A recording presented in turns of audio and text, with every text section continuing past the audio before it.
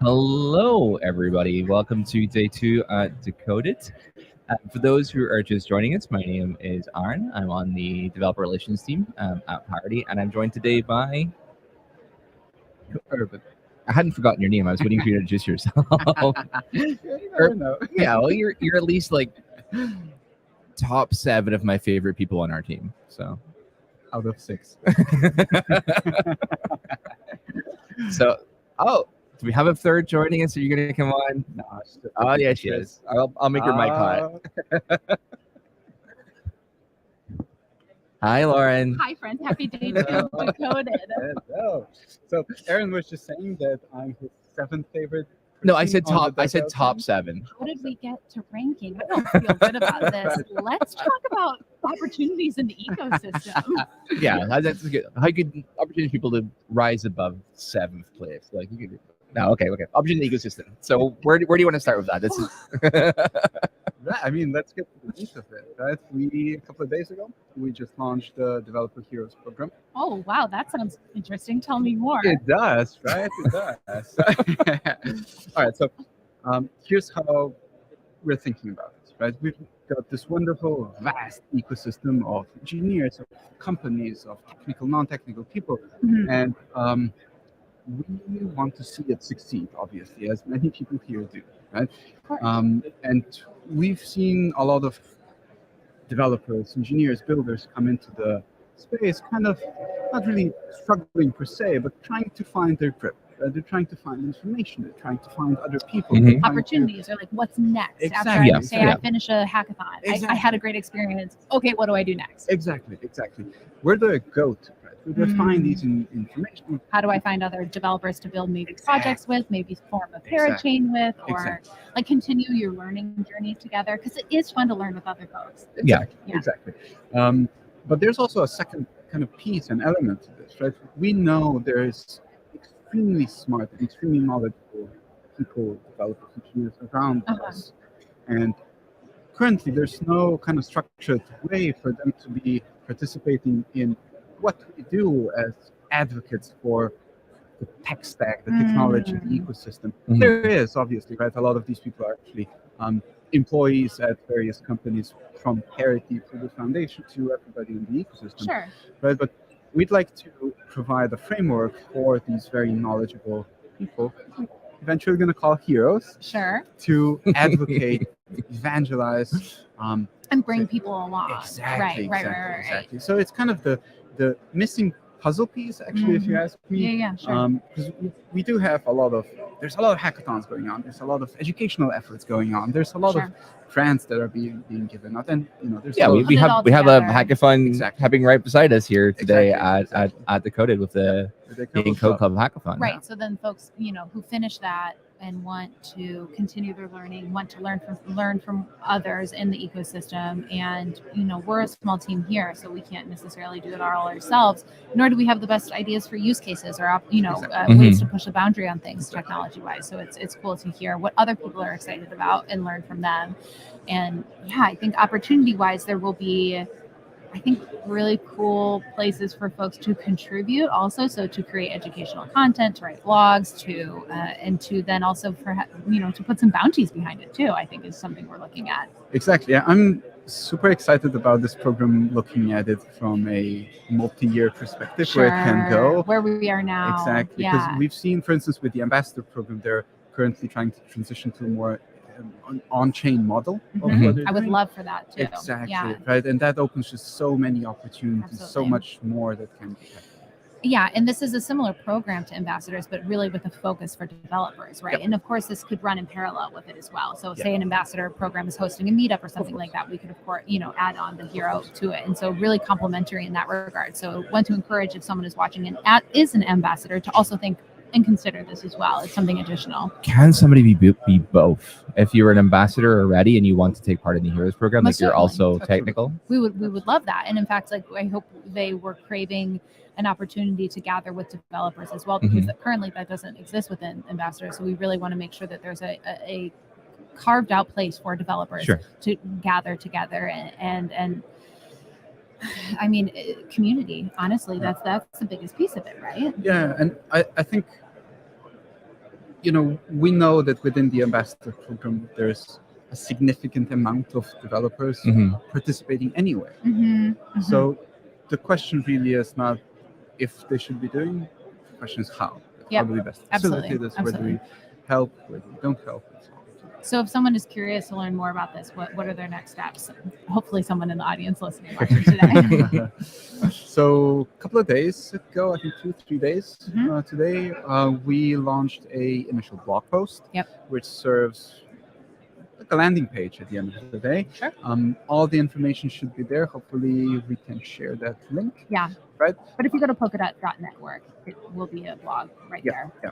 Called the Heroes Program, but apply today. It's pretty simple, straightforward form.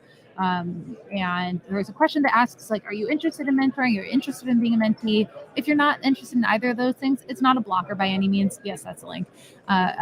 To apply or be a participant in this. It's just helping us get a sense of lay of the land of who the participants could be. But we've had some great applications so far. I'm really happy and excited. I think that's going to be our first task when we get back from Decoded, is to go through those and reach out to folks and get them kind of I have a first cohort, our first inaugural is not the right word. What is it like? No, that's right, isn't it? It's like the first batch of folks and the class, the OGs, class 0. And so I'm just excited to see what that. Also, we should point out as well, if somebody is watching from the conference that I see at Decoded here in person, we do have a booth, and you can come and speak to us about the Heroes program. We do have folks here talk about that. You also get some lovely badges and do our tutorial while you're there learning about it if you are interested more in the technical side. So there you can come and sign up in person here as well as waiting for the blog post. For sure. Yeah, exactly. I just want to come back to what you mentioned with mentoring. Yes. Mentors, mentees, this whole concept. I think we've been bouncing this idea around for many years at this point, actually. What is the scalable solution to providing some sort of support, whether for new joiners or more experienced people? Some people work more on the research side. Some people are more tech developers. Some people are very low-level protocol engineers, right? And to be honest, like you said, we're literally 6 people on the DevRel team. We cannot be providing that. Well. Exactly. So for us, I think that is kind of the missing piece that has always been, we weren't able to either facilitate it or figure it out. How do we empower the community to be able to provide this kind of almost service to itself? A scalable way for it to exist in an unstoppable manner. Yeah, exactly. Yeah. I mean, Gav keeps talking about unstoppability and resilience. He mentioned this on we want to make the network, the ecosystem resilient, and he's maybe thinking about it more from a technical angle. Sure, but this is our community lens. I think this is so important, right? Teaching people how to fish instead of just giving them the fish is so incredibly important. And it's actually, I mean, across the team, I think that's North Star for us. It's what we care the most about. Exactly. Right. It's being educators for educators in a way, Exactly. not just the individual. Exactly. So some people in chat are saying that sounds really cool. So pull up we have some. I think the feedback from yesterday is that people would like to see the questions. They can't see them, or. There was no question. Somebody's saying Caesars is saying that it sounds really cool. Oh. So like that's nice feedback to have. I'm happy to hear that. And I'll pop the for anybody who is watching any of our streams. There is the link as well to the Polkadot Developer Heroes program. I said you can just go to polkadot.network. You should be linked from there too. It's a brand new thing also, so I want feedback. I want to be iterative on this. I want us to try things, explore, experiment, learn from mistakes. If there is a glaring, obvious question we should be asking in the forum, just in general, it's not on chain yet. That's the goal eventually, and applications then, or we could take it to a repo, similar to the way the fellowship had it application-wise. We're not there yet either. We just have a basic form. And I think the inaugural group, that first group, will help form what it looks like. So if this is interesting to you, I want to encourage you to have a voice in shaping what the future of it could become. And of course, there will be exclusive swag and NFTs and incentives to participate. Something I care a lot about is speaker training and getting folks to speak at conferences like Decoded or on streams anywhere really, but to travel and see the world and get a bounty to go speak about Polkadot, and for us to help you level up in that regard too. So those sort of things are things I'm really passionate about. Like get you out there. We're getting old. We don't need to be up on stage anymore. Like, what are we doing? Everybody's sick of seeing our faces no at this point. Kidding. I'm exhausted. I didn't want to mention it on the team call. Sure. It's fair feedback. So regardless, I think it's there will be a ton of different things that kind of, I hope, speak to different types of developers as well. So opportunities to level up your engineering skills, opportunities to build with Polkadot Tech new releases and test and participate in feedback sessions as well with our engineering team. We want to be as close to the product that is Polkadot and informing it moving forward. And this could be the group that provides that. Priceless feedback. It's rarely you get to have an opportunity to have such a huge impact on a technology that in itself is going to have such a huge impact. And that is currently changing and evolving in such a fast manner as well. And it's such a privilege, to be honest. No kidding. Really, I've been... So many people probably don't know me on the stream, but this is urban. Yeah.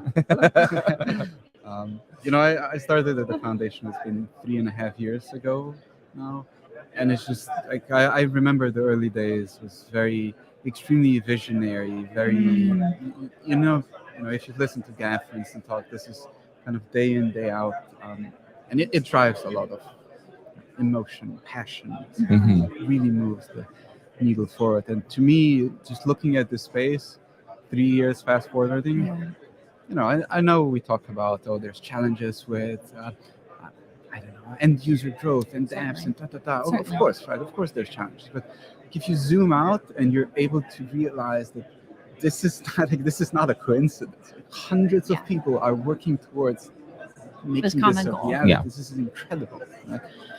And Lauren, you mentioned there's opportunities. I think it's worth mentioning, and I have a talk on this later on.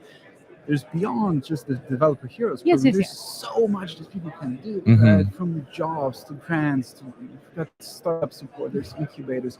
We heard from Scytale Ventures and DFG were just on there for venture support. There's just so much that is happening. Maybe the discoverability of all of that is. We could be better about that. Sure. Could do a better job. So we do have one question coming from chat here, and they're asking how to level up engineering skills. And I think we have a lot of opportunities in the ecosystem right now to help support people in that way. I think if we're at the beginning stage of things, it's most certainly Web3 Foundations edX courses. We have the intro to Polkadot, intro to blockchain, intro to Substrate, intro Rust. Those are some great beginner moments, right? And then find a hackathon, right? That's a place to get your hands dirty, get started, play, build, That's how most engineers learn, right? That we dive into the docs in a pressure send moment and we play and we build. And we'll actually have somebody from Encode come on later on today on the stream, cool. to talk a little bit about like kind of some of the initiatives they have and the hackathons that they're putting on and things. So if that's something you're interested in, that's great. That's going to be in a couple of hours time. Cool. Obviously, the other thing we have to mention as well for leveling up your engineering skills is PBA.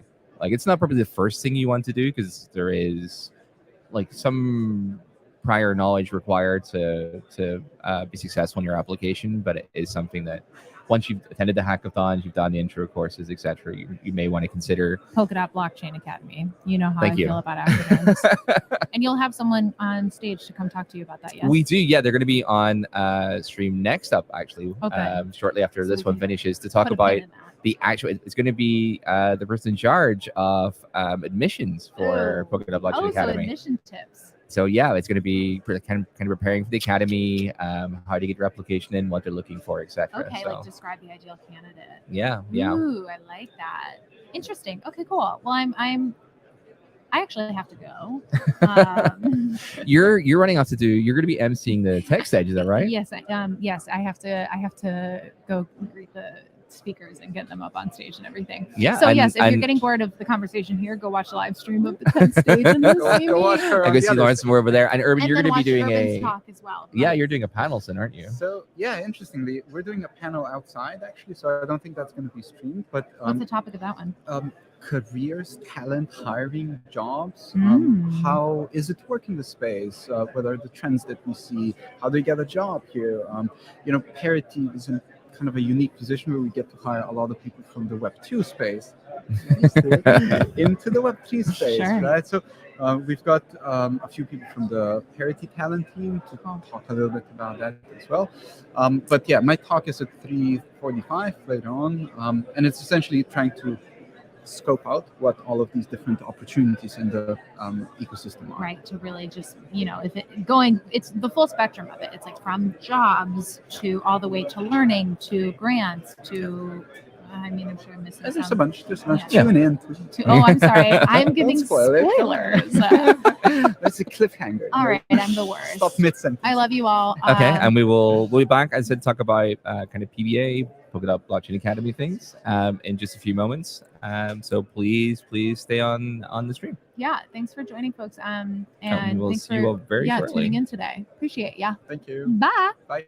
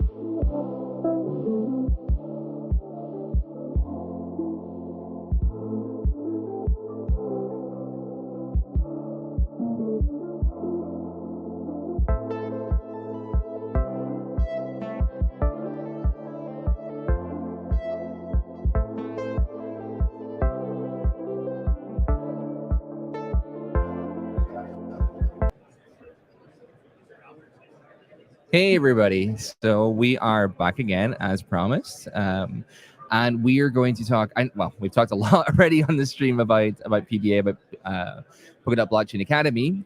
But now we're going to talk a little bit about kind of the process for applying and entry and admissions and everything else. So why don't you tell the folks, well, first of all, who you are, and then maybe in your own words, kind of what PBA is. They've heard me talk about PBA a lot and what PBA was to me, but like maybe you could explain kind of PBA from your point of view as well. Yeah, sure. So I'm Marta. I'm the admissions manager for Polkadot Blockchain Academy. The academy is an intense academic program. Yeah, it's intense. I was exhausted after having just done 1 week of attending and helping out, not even sitting in the lectures. So I can only imagine what you guys went through. Yeah, it's Lauren and I did it at Buenos Aires, so the last cohort. And yeah, it's intense. You're up every morning into class for like 8:30. Sometimes normally the class finishes at like kind of 5, but if it was somebody like Gavin talking, then sometimes we go on a little bit later. But we had obviously our child with us, so that added an extra kind of layer onto it as well. So we didn't do quite as much of the bars and things as I think other people got to do in the evenings, but we definitely had our own kind of extra layer of intensity there. But so you with the academy, then obviously it's pretty competitive to get in. Would that be fair to say? It is, yeah. It's the idea for the academy is to not create, I suppose, to educate the top tier of engineers and developers. So it is competitive. There is a very high bar to entry. All students have to pass the Rust qualifying exam, which is now actually open source. So people can have a look at it and try. We're working out the logistics of how that will work for applying, but essentially, students who wish to come to candidates who wish to come to the academy have to fill in the application form when that goes live. So sign up to our mailing list now, so that we can tell you when applications open. Because we should say as well, like the current cohort, and which is going to be happening in Berkeley on July 10th. Is that correct? Yeah. That's obviously been filled. That because it's so close. Obviously, all the acceptances said have gone out for that already. But you tend to open up the admissions for the next cohort pretty soon after each one finishes. Yeah. So the academy takes place twice a year. So far, we've done a summer cohort, start of July to start of August, and then a January cohort. And that's probably going to stay the same, about 2 academies per year. Maybe slight variations, but essentially applications will open about 4 or 5 months before the academy takes place, to give people time to do the exam. And so that means then if we're running academies kind of twice a year, like every 6 months ish, then it's really, as one academy is finishing, you're more or less opening the application for the next one. So for anybody who is watching today and has obviously missed applying for Berkeley, it does mean then that you have from now till probably around September, before applications will open, that if you are feeling that your Rust skills are not at the level that you would feel comfortable applying, you do have several months now to kind of work on them. Yeah, and actually, I mean, the Rust test is really, really good. It's the people who have sat through it, they feel it's like all the work that they've done. It's as we've been saying, it's kind of like Rustling's part 2. So it really puts you through your paces, but it really prepares you very, very well. And now that it's open source, you can go and have a look at it and look at the level of Rust that will be required. And what we found is quite helpful as well is for students who also have at least some knowledge of Substrate as well. So there are resources on the Substrate website that you can have a look at, and you can start building and experimenting. And that kind of level of knowledge, of course, will teach you everything that you need in the academy, but at least starting to become familiar with Substrate is really, really useful. Yeah, I would echo that as well. It's like I went to the academy before taking the Rust test. Like I wasn't a Rust developer. Like I was a Python developer, and I'd learned Rust whenever I came to work at Parity. Mostly to actually go to the academy, if I'm being honest. Like that was my first real incentive to learn Rust. And for me, like it was sitting. I know you mentioned Rustlings, like Rustling Part 2. Like for me, it was really going through the Rust book and doing Rustlings, kind of, got me to the point where I was able to pass the exam and things. But yeah, if I had at least some knowledge of Substrate going in, it definitely would have made things a little bit easier when it came to assignments. Yeah. Like there's a lot of take home work, and there's a lot of I think the assignments were, whenever I did it, at least there was, I know this changes every time, so please don't go to the next PBA and go, oh, but they said on stream and I was only gonna have 4 assignments or whatever else. Like it was different the first cohort to the second. I'm sure it's gonna be different in the third again. But like our assignments were worth 20 points each, so like 80% of our final kind of score was from the take-home assignments. They are a big deal, and I know if I'd, at least for some of the assignments that were working with Substrate, working with Frame, like if I'd been going into those with at least a little bit of background knowledge about them, then I probably wouldn't have had quite so many 3-4 a.m. kind of nights working on it.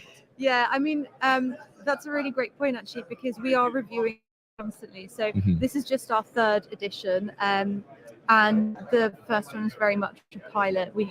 Things have changed, and with each cohort, we will look at how it went and make sure that we are reviewing it, because probably the technology will change. So we need to keep up to date with it, but also to make things as best for the students as possible for that student experience. And we did change the assignments a little bit, so people won't have to suffer what you went through. Yeah, I know it is something that's always in flux as well, because we do learn from each cohort, and there's a lot of kind of like feedback that's taken from the students and from the faculty as well about what things work, what things need tweaked. We really want to see everybody succeed. Yes. Like that's the main point off, is want people to go into the ecosystem and be successful in the ecosystem as well. Yeah. And that's only going to happen really if we are setting them up for that success for the academy. So like it is you hear us all talking about that it is very intense and it's strenuous, like it is difficult. There is heavy requirements to get in. It is very competitive, but we also don't want it to try and be like gatekeepering about it, nor do we want to make it to the point where it's like, we're trying to make it this elite thing where only only the top 2% all pass. And no, it's like we want everybody who goes to be successful. Yeah, totally. And I think that's why we have such a robust application process, because what we want is for engineers to, when they get there, to be successful, to pass this course, to get the most out of it. So although it's it is a competitive application process, there are so many engineers that are almost there. Yeah. And I think that not being picked for a cohort doesn't mean that's it. You'll never be picked for one. It might just be that little bit of extra work and a little bit more of, I don't know, Rust or whatever, or a little bit more experience will mean that next time you are successful. So it's not, this will happen twice a year. There will be opportunities to reapply. I think that we're looking also at ways of giving the candidates who we weren't able to select ways to improve, to send them to other educational programs and initiatives, so that next time round they'll be ready for it. Yeah, we spoke about a couple of those on the previous stream, just when we had Urban and Lauren on. Things like the Heroes program is just launched, or the different hackathons that run, or we have a lot of other education initiatives. Even if you're going right the way back to start. We do have a question in chat from Caesar's asking, where do you recommend we can build our Rust knowledge if you're a Python developer? It kind of depends. If you're coming from like a Web 2 background, very new to Web 3, then the Web 3 Foundation has a lot of good resources on kind of getting started in Web 3. And having, I think, that base level knowledge will help a lot with, kind of the different, not necessarily the programming itself, but just really the way different things are structured, etc. And then with regards to actual programming, Rust itself, the Rust book is a fantastic resource. Brown University does a version, which is the one I used, which is online. It's just a regular Rust book, but they intersplice like the chapters with little quizzes. Oh, okay. To kind of test your knowledge as you go. To like, did you understand this chapter essentially? And here's a little quiz to like test that knowledge. Yeah. So that was really useful, and also Rustlings as well, as we talked about previously, is a great resource. So anybody who's already pretty familiar programming, neither of these two resources is something I'd recommend if you've never written a line of code before. Yeah. No, I think that there are some languages that lend themselves to picking up Rust. Yeah. And I think if you have that underlying knowledge, then you'll find this easier. But if you're not a developer right now, that's not a stopper. I think that you can get there. But I would just say start maybe with some other more simple languages. Yeah. And build your way up to Rust, and then do that. So I think the kind of takeaway from it is that you don't need to be a Rust developer right now. Yeah. And we've had people who have been super successful who learned Rust just to come to the academy. They'd had they knew other languages and they had some experience. So for them, it was just learning a new language rather than starting from scratch.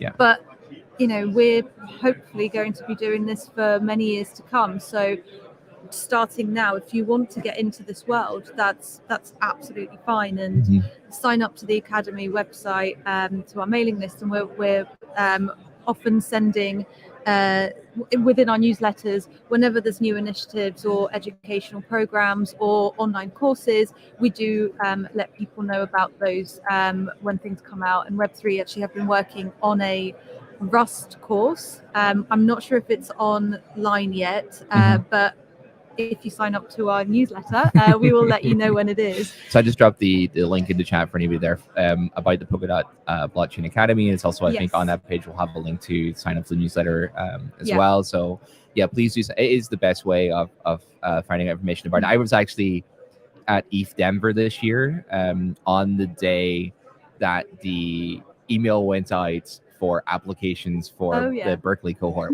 while we were at ETH Denver, and I was just flooded with people on our booth, because Polkadot had a booth there. Yeah. Who were coming up and immediately going like, I just got the email. Like, tell me more. Like what I need. And because I had just been through the Buenos Aires cohort like just a couple months previously, like everybody at the booth was going, go speak to Aaron. Go speak to Aaron. Go speak to and Aaron. You're like, no, I'm still. I was giving the CMPBA pitch constantly to people, and I was sending with my PBA water bottle and my PBA shirt. So I was like all in on it. Feels like maybe we should have organized something so that you only have to do it once to a whole room of people rather than individually. But no, it just shows that like the email is the best way to find out. Like it, and it, as you said, is very competitive. I don't know if we can say how many applications we get for how few places, but it's like a 10x. It's very hard to get in. And the people who got that email, like they were acting on it that same day. Like they were coming to speak to me like moments after getting that email. So there's as you said, there's a lot of buzz around it. A lot of people want to apply. But beyond the technical side, so we spoke a lot about like learning Rust and the technical side of and Substrate, etc. Whenever somebody else is applying, and I know there's an interview stage as well, what other things are you looking for from a candidate then beyond the technical ability? So it's an in-person course, so it's super important to remember that. And I think that it is intense, and it is 5 weeks. So it's a big investment in time. Yeah. And it's also so what we're looking for is people who have a kind of they have a passion for this. They come in, they're enthusiastic, they want to succeed at this course. We do warn people quite a bit about how intense it will be. But it's but we also have fun, so it's not just the academic side that we do. There's lots of side events and things. Yeah, exactly.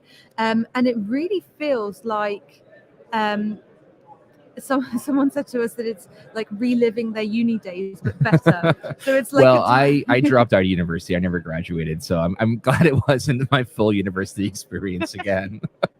Yes, yeah, and it is only 5 weeks, so I think it's I still think that's longer than I went to university for, if I'm being honest.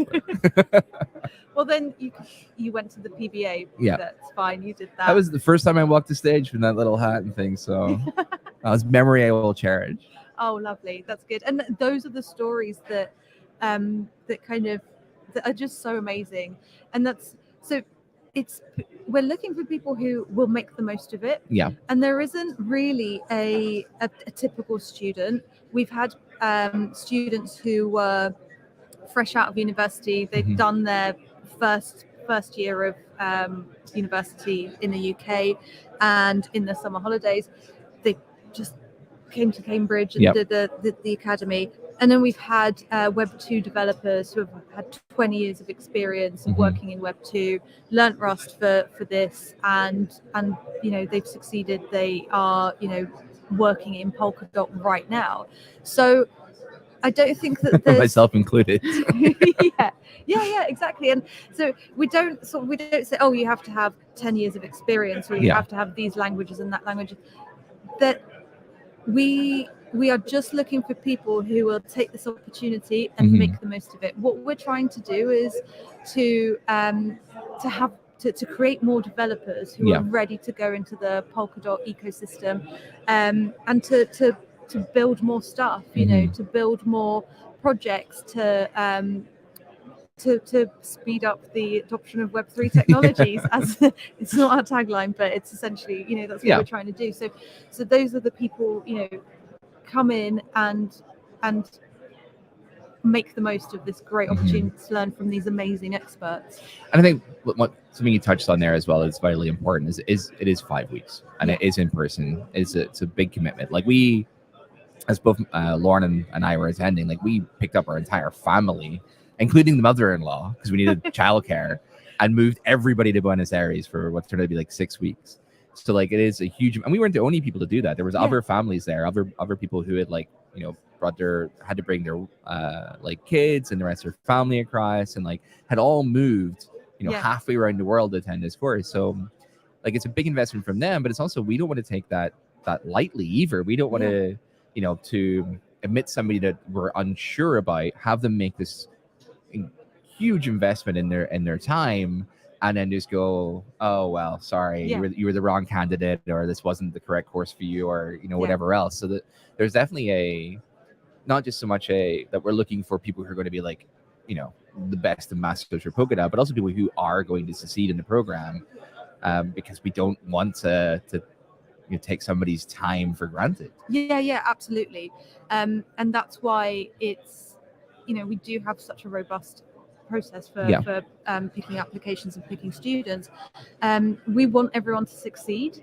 So we pick people who we feel will do that. And we appreciate so much the time investment that people are putting in. I think that we invest a lot in the academy, but we are so conscious that our students do as well. Yeah. And it could be life-changing for people. There are some of our students have switched careers, and they're now working within the ecosystem, whether that's at Parity or other teams.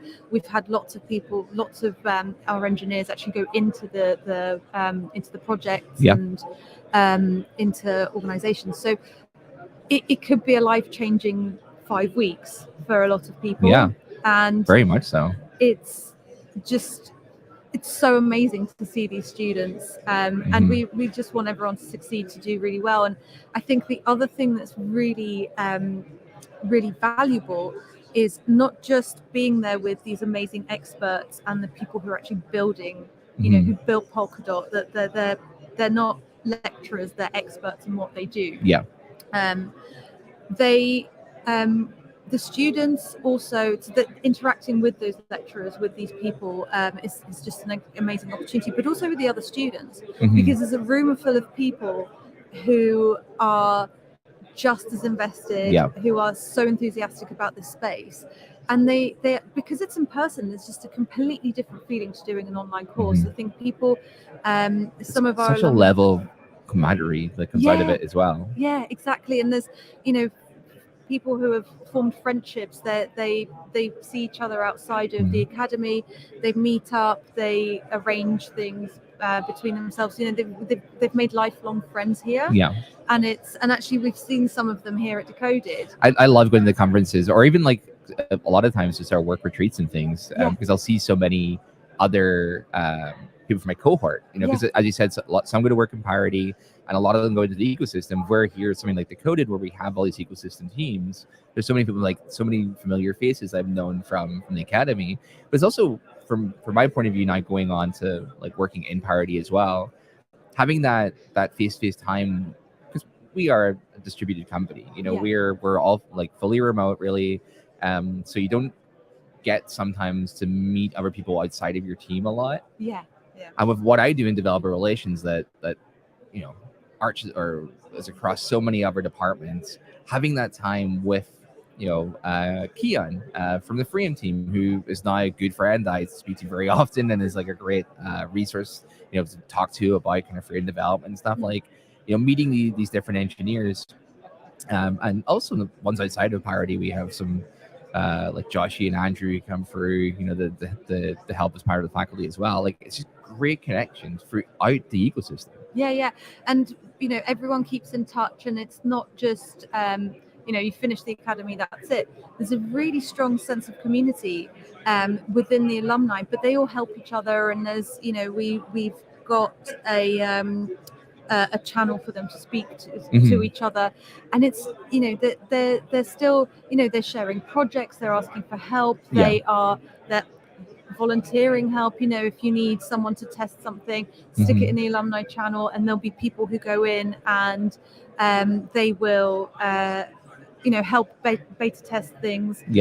They will give you ideas or feedback on your presentations, and everyone, you know, everyone's sharing their triumphs and their trials and tribulations. And I stream really a lot on Thursdays, and it's always a lot of fun. I get some people from the like different alumni groups to come in, and they're always kind of chatting and things and engaging in that. So it's always lovely to see for as well. So, but we are coming to the Sasha's gonna be on next. Gonna be up streaming. So we're probably going to finish up in the next couple moments. But like, is there what would be your last kind of piece of advice then for somebody who is thinking about applying for the next cohort? Sign up to our website and our social media channels. Find us on Twitter, LinkedIn, and YouTube, and we will share content there, share helpful tips on how to get into the academy, what to do, any new Rust resources that are out there, and also importantly when applications open. Sounds great. And all of those resources are all linked from the website I linked earlier. So there's a mailing list section that you can pop your email address into. Awesome. Well, thank you so much for joining me on the stream. I know I talk a lot about PBA here, so I really hope that we've been helpful in getting other people to attend. If anybody who is watching is actually part of the next cohort, I'm very much looking forward to seeing you in Berkeley. I'm very excited about that as well. And for anybody who's not going to this cohort, maybe I will see you in the next winter cohort. Is that what we're calling them? Because you're now being a TA or a lecturer? I am TAing 3 modules this time, and also going to be on the founders track, and possibly going to be lecturing the next one. We'll see. Nice. So the other thing to note is that once you come to the academy, we never let you go. You're kind of you're once you're there, you're kind of there forever, and I don't mind it. Like, I'm enjoying it. But thank you so much again, and we'll see you all with Sasha's stream in just a few moments. Thank you. Bye. Bye, everyone.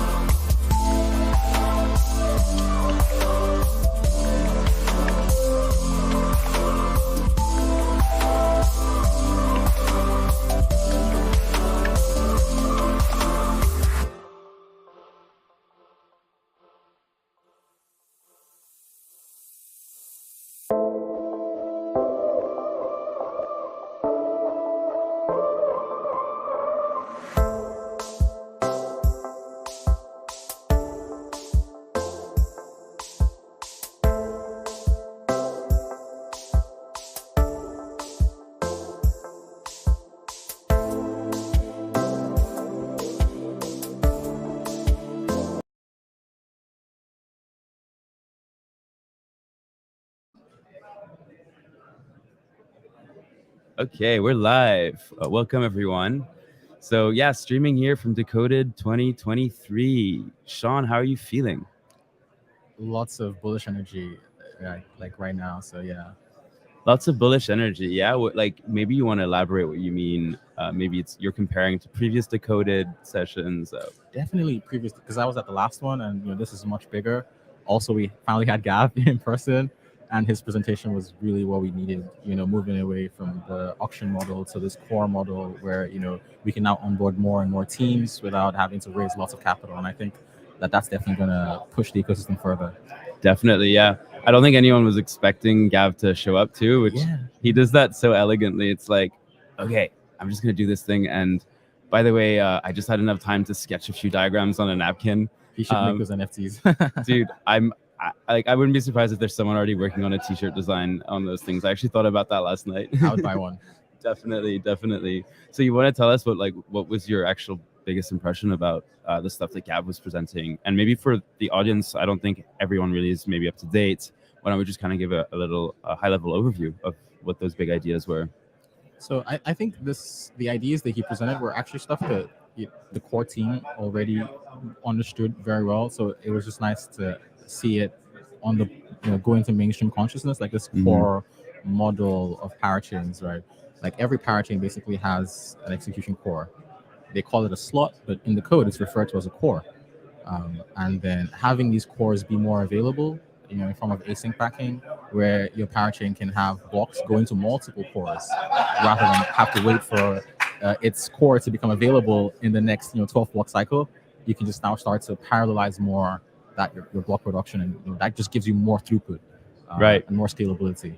Yeah, because ultimately right now the execution model, the utilization of those cores is very, what's the word, kind of primitive. It's very medieval almost. It's like archaic. Yeah. It's single threaded. Exactly. Yeah. So it's not a great use of those cores. And well, I was gonna say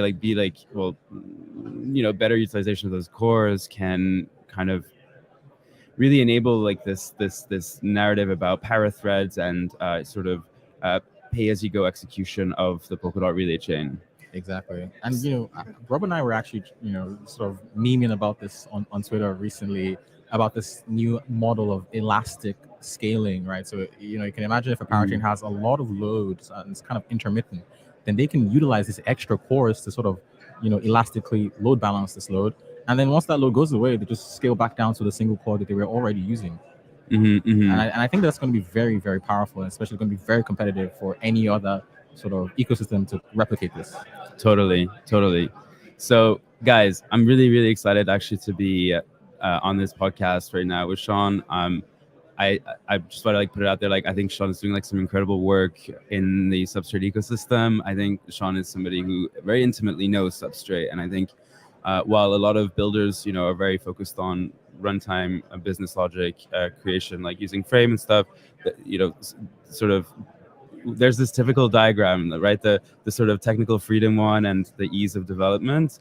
I would say that you're very much on the technical freedom, YOLO. Let me just use the core Substrate stuff.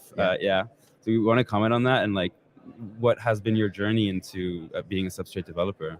I mean, I would say it all started back in 2018 when I joined Parity, and my first role actually at the time was working on Parity Ethereum, which was the most successful Ethereum client at the time, and getting a lot of exposure to the internals of blockchain engineering before then transitioning to Substrate and Polkadot. I spent a lot of my time on the client team, so the client I'm very familiar with the client space. That's where you learn that the heavy lifting stuff that makes these blockchains run. Yeah, exactly. Very cool. And so I'm more comfortable at the client level. Frame stuff is exciting for sure, but not as exciting for me. And there's also more exciting things coming as well. Like for instance, there's going to be WebRTC merged to Substrate, and this is something that no one's talking about. But basically, WebRTC will allow this sort of peer-to-peer communication. So you could imagine if you had a small node and someone else had a small node, you guys could communicate directly peer-to-peer over WebRTC. And this will unlock peer-to-peer applications, and not just entirely on-chain applications as well, that can be built with the Substrate stack. So these are things that I'm very excited about. Very cool. Beyond just the runtime development. Yeah, very cool. Very, very cool. So I mean, you're talking about like application layer stuff, and like that's definitely like really exciting. It's like, you know, this core technology that still needs to really be developed to enable these applications that I think within the Polkadot ecosystem, we all agree that the vision is to have unstoppability, you know, Yes. And trustlessness is an ingredient for that. Yet really like a lot of the core protocols, I would say they're like so close to being completely ready for people to just start building these applications that we kind of dream up. But there's still a lot of work, right? Yes, there is. So we want to comment on like what kind of work is lacking. What do you think really needs to be addressed still on this like protocol layer to enable the unstoppable application narrative that we all really want? So, you know, I'd say one of this is, like I said, this WebRTC support in Substrate at the networking layer. I'd say another thing is in this core scheduling layer as well. Like, and this is, like I said, something that Rob and I were memeing, was the idea that you can now start to have what are multi-core applications, right? Beyond just this elastic scaling, but you could also reserve multiple cores that can basically split the load of your parachain or your application across multiple cores. So, and like I said, this is not something that will be possible really in any other ecosystem. Like Polkadot, like Gav said, is going to be this supercomputer that will power these kinds of highly scalable and unstoppable applications. Mm-hmm. Yeah, totally. One thing that really stuck with me, and I think one thing that is actually really important, and I hear within Parity, people, for instance, like Joe on the Parachains team, like pushing for like the sort of mental model that we really need to have right now today, as we know Polkadot, but also looking forward, which is like Polkadot is really this. I would describe it as an interface for applications that are completely decentralized, like Web3 applications. But it's really like we need to get away from you have your own parachain, and it's like single parachain does this thing, and another single parachain does this thing. Yes, cross-chain messaging, you know, is still kind of developing and stuff like that. But it's much more important to think of it as, what do you want to empower your user to be able to do? So that's the bottom line. Like, we're not talking about, it's using Ncointer parachain. It's used, like, what is it that you want your user to do? And that's the focal point. I think that's like a very important narrative to be pushing for, because I think it'll only help application developers like understand how to enter Polkadot, and build meaningful stuff. For sure. But there is one important thing missing there, right? Which is this whole cross-chain programmable layer. Yeah. What does that look like, right? So we're familiar with XCM and how that's being used, where we have XCM v3. We're able to send non-fungible assets to, which is pretty exciting, using these trusted state channels, really, like or trusted channels for cross-chain execution. But this is where ISMP comes in, I think, right? Yes. Where that's just kind of one way of doing cross-chain programmability. But do you want to comment on what you think sort of maybe some limitations are there, and what's missing? And then maybe we can just jump right into ISMP. Right. So, I mean, we'll start off from what exists today, which is HRMP. Mm-hmm. So the HRMP model is you have parachains that essentially communicate through the relay chain. So the relay chain is, true to its name, a relay chain. It relays messages on behalf of the parachains. Now, this is not very scalable, because this is now extra messages and extra functionality that the relay chain has to dedicate resources to and block space to, that could have been dedicated to scaling the parachains themselves. Right. And just like we all know, like the relay chain, we want to remove as much possible from the relay chain. The relay chain should really just be focused on executing parachain logic. Yeah, exactly. So this, I mean, and of course there's also other developer, experience problems with this, having to do governance proposals to open up channels. And of course we've seen how many teams have had troubles doing this. Mm-hmm. And so, we at Polkadot Labs, we realized actually we can make this a whole lot simpler for parachain teams who want to just communicate with each other. Mm-hmm. And so we've developed ISMP to be this purely parachain to parachain protocol that doesn't involve the relay chain to relay messages. The parachains themselves, they can handle the messages by themselves. And as a result, it has a much better developer experience. You're not dealing with the relay chain governance. You're actually just dealing with, the counterparty parachains, as well as you end up with much faster messaging, actually, because, your messages don't have to go through this extra hop to get to its destination. It just goes directly to its destination. Right. Okay, cool. Let's break that up a little bit, right, for the audience who might be new to XEM and sort of what we're talking about. So essentially, like, let's just outline, like, currently, if I want to be sending a message from parachain A to parachain B, how does that work? So there's this thing called the XEM queues on the relay chain. So what happens is you execute some XEM, and then that gets put into the queue on the relay chain. Mm-hmm. And then eventually the relay chain comes around to pop messages off that queue and put it into the destination's queue, still on the relay chain actually. And then eventually the parachain B will start to pop off messages from the relay chain's queue. Mm-hmm. And then of course it then processes these messages.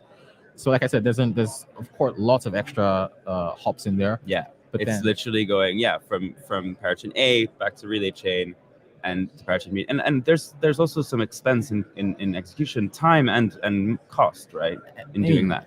Particularly for me, block space, like I said, that could have been dedicated to just validating more parachain blocks. Yeah. And so, actually, this is something that has been outlined from the beginning, which was we want to do state-proof based messaging between parachains. So rather than routing messages through the relay chain, we just simply put the messages into the parachain state, and then we're able to present what are called state proofs, really just Merkle proofs, that this message exists in parachain A state, so you can process these messages on parachain B.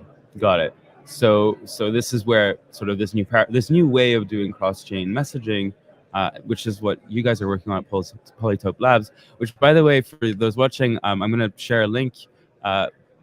Just a side note, like this work has been funded by a Web3 Foundation grant. Yeah. I believe you started the work on this like in March of this year. It's like pretty recent stuff, right? Actually, it all started with a tweet that I made, and I was actually just trying to do a temperature check to see what people thought of it. And I was like, hey, look, what if I told you that you don't need to open channels to remember seeing this. Yeah, messages? And actually, that just went viral, and everyone was texting me like, hey, when can we have this? And that just gave me the motivation to actually go ahead and build this stuff out and get a grant for this. And we're really grateful to the Web3 Foundation for the support. I'm gonna pull up the link of the forum post where you guys were chatting, and there was like some interesting conversation there. I think Basti leaned in. Basti is a core developer at Parity working on the Node SDK.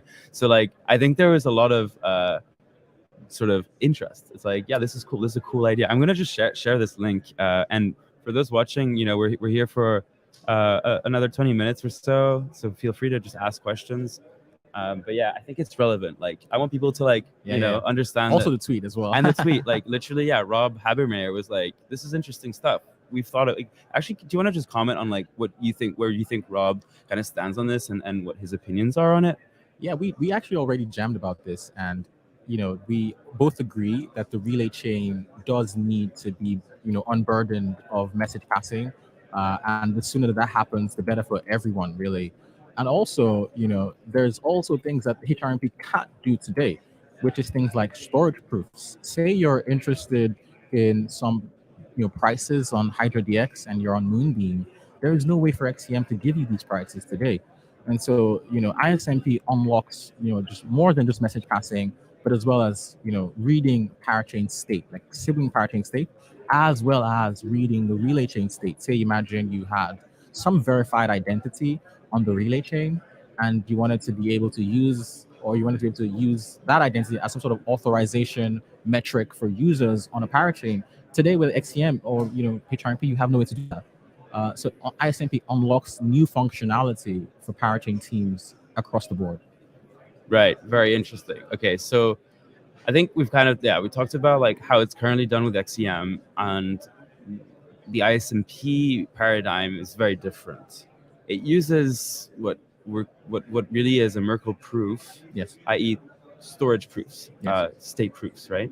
And so let's step through what sort of that journey looks like.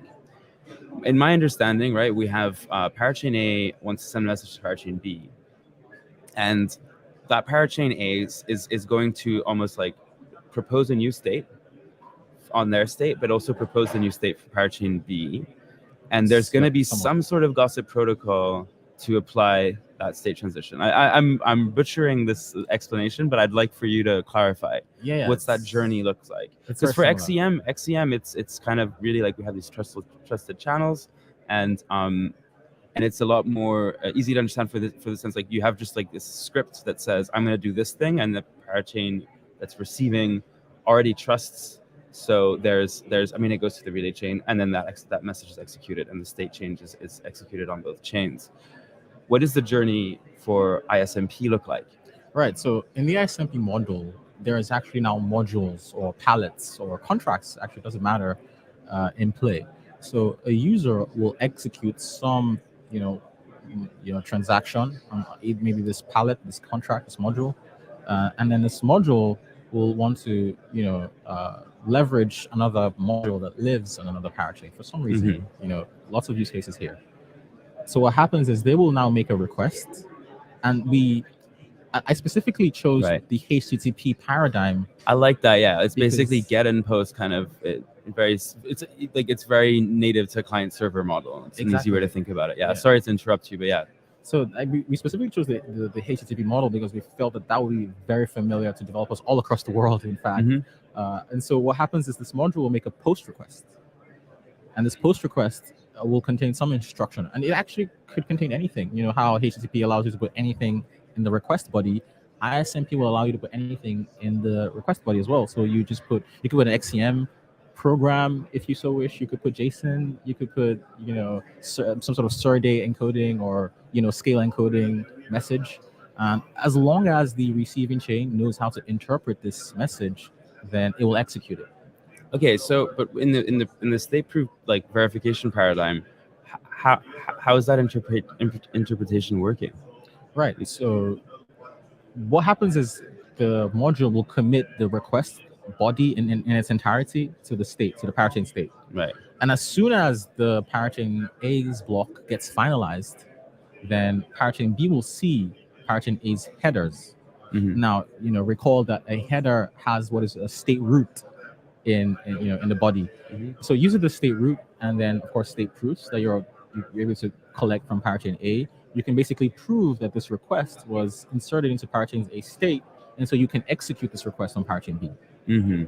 And so there's also this idea of responses, and it's not it's not mandatory that modules have responses. Some protocols don't need responses at all. They might just need a way to post messages and time them out if they were never executed.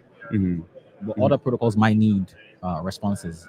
And so what happens is once you present the state proofs, the request gets executed, and then the module may choose to emit a response, which you can relay back, or it may not emit a response, and everything in this optimistic happy model, everything just continues working as intended. Got it. Want to comment on like what could go wrong, right? So parachains like post request is just not valid or something. Right. So I would say the most critical thing that could go wrong here is that the ISMP model assumes that something had to have happened, some state transition had to have happened in order for this request to be sent out. You can imagine in a token transfer model, I'd had to have burnt some tokens before I initiate this request to mint them on the counterparty parachain. Yeah. But the problem here is that, Frame, and this is Frame system, allows people to write to arbitrary parts of their state. You can even override a pallet state if you so wish. But of course, this is like something you can only do with the root origin. And so there's an attack vector here where a parachain that's malicious could fool parachain B and say, hey, look, there's a request in my state that says, hey, mint this amount of tokens. But the action that would have happened before the request was never done. They just wrote the request directly into storage. And this is kind of where Spree comes in to mediate trust between two parachains that don't necessarily trust each other. But in cases where the parachains have a sufficiently decentralized governance, they don't have sudo, for instance, and the governance execution time is relatively long enough that people can always inspect what is about to be executed with the root origin, then this is not a problem. Got it. So that's the only, I would say, security concern with ISMP. Other than that, like ISMP is backed by like cryptography, like Merkle proof. So unless there was some sort of hash function collision, which would actually be devastating for the whole ecosystem, and that's the blockchain ecosystem at large. Yeah, this is like the attack vector that if it was really concerned, we would be looking into having quantum resistant cryptography. I mean, hash functions are relatively quantum resistant. So unless there's some sort of new alien computing technology that was discovered, but But so hey, I just want to highlight when we were chatting, before this interview and stuff, that when I was looking at ISMP, and I'm also like talking to more and more people that are kind of in this paradigm where not everything needs to go through state. We can use cryptography very elegantly to achieve things in a much more efficient manner. And XCM channels is kind of really using through the underlying app chain state time, right? Yeah. Where you're creating channels between these two runtimes, whereas and it's got its cost, right? It's costly on the level of sending these messages where you need to account for the weight on the sending end and on the receiving end, pay for execution time. So that, but also like you need to like call like, hey, parachain B, are you down to like open a channel with me? And they might say no. And they might say no, and then what? Right? It's over. So ISMP uses cryptography and kind of finds another way to achieve cross-chain messaging that doesn't rely on that. Fundamentally, yeah. So right now, I think you completed milestone 1 of the grant, right? Yeah. And the palette is up and live. It's in alpha right now. In that, like the core functionality, post and get requests, they work fine. But for a V1 release, there are things that we still want to get right. We still want to get like reading the relay chain state. That like a lot of teams have asked for this. Cool. They want to be able to depend on some parts of the relay chain state. I think the other thing is that we have to get right is this idea of self-relaying. So one thing that's different about ISMPs, instead of having the relay chain do the relaying for you, someone else has to pass these messages across to parachain B. Now there are two ways you can do this. You can have a dedicated relayer that does this for you, but then you start to run into issues with relayer incentivizations because now the relayer is covering the cost of execution, and there might be the case where the transaction didn't provide enough fees for this execution, so they might run at a loss, or they might provide more, and then of course you never get refunded for that. So instead, when you self-relay, you pay exactly, and I think this is very important, you pay exactly for what your transaction costs. So there's no extra charge, there's no undercharge, there's no overcharge, and you always, like, you're responsible for message delivery. Okay, you mentioned the term self-relay. Can you just unpack that a little bit? So self-relay would mean, say, for instance, I'm on the A-Star front end. They have a bridge and a swap interface. So what happens there is if I wanted to send some funds out of A-Star to Hydra DX, for instance, the A-Star front end will first make the transaction to A-Star. They will see it's confirmed. They will request proofs for this transaction, this request, and then they will then forward it to the Hydra DX. So that just means you have to do 2 approvals. And that's really the only cost here, but then you're paying for the exact amount your transactions cost. Got it. Okay, cool. I wanted to share the palette. Is that so? What's the palette called again? It's Substrate ISMP, and we didn't call it Palette ISMP because the Palette ISMP itself is just a part of the entire stack. There's inherents.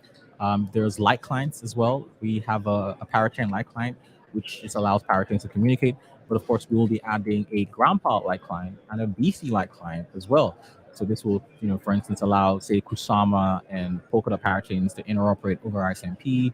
It will also allow maybe standalone chains as well to communicate over ISMP. So basically, substrate-based chains. That's really cool. Like the potential of using this for blockchains that aren't part of the same. But okay, so that's where I'm like not sure, right? It's like, do we need to be under the same shared security umbrella for this to work? Not necessarily. So there's, in terms of cross-chain communication, you first have to start with this notion of consensus. If I need to read your parachain, or maybe your chain rather, and it has its own consensus, first I have to understand what is the consensus state of your chain. And you do this with a consensus client. They most commonly call this light clients. But I think the word consensus client is more descriptive of what's happening, because you're just reading the consensus proofs for this chain. And so if you're able to read consensus proofs, then you already know what the state is of the chain, and then you can now start to do state proofs to read the state. Right. So there's ways we can kind of enhance this protocol to that for that. Yes. And we can potentially, we could potentially use this for other blockchains outside of Polkadot. For sure. And hush hush, we do have a Solidity implementation coming, so look out for that. Very cool. So there's some people asking a few questions in the chat.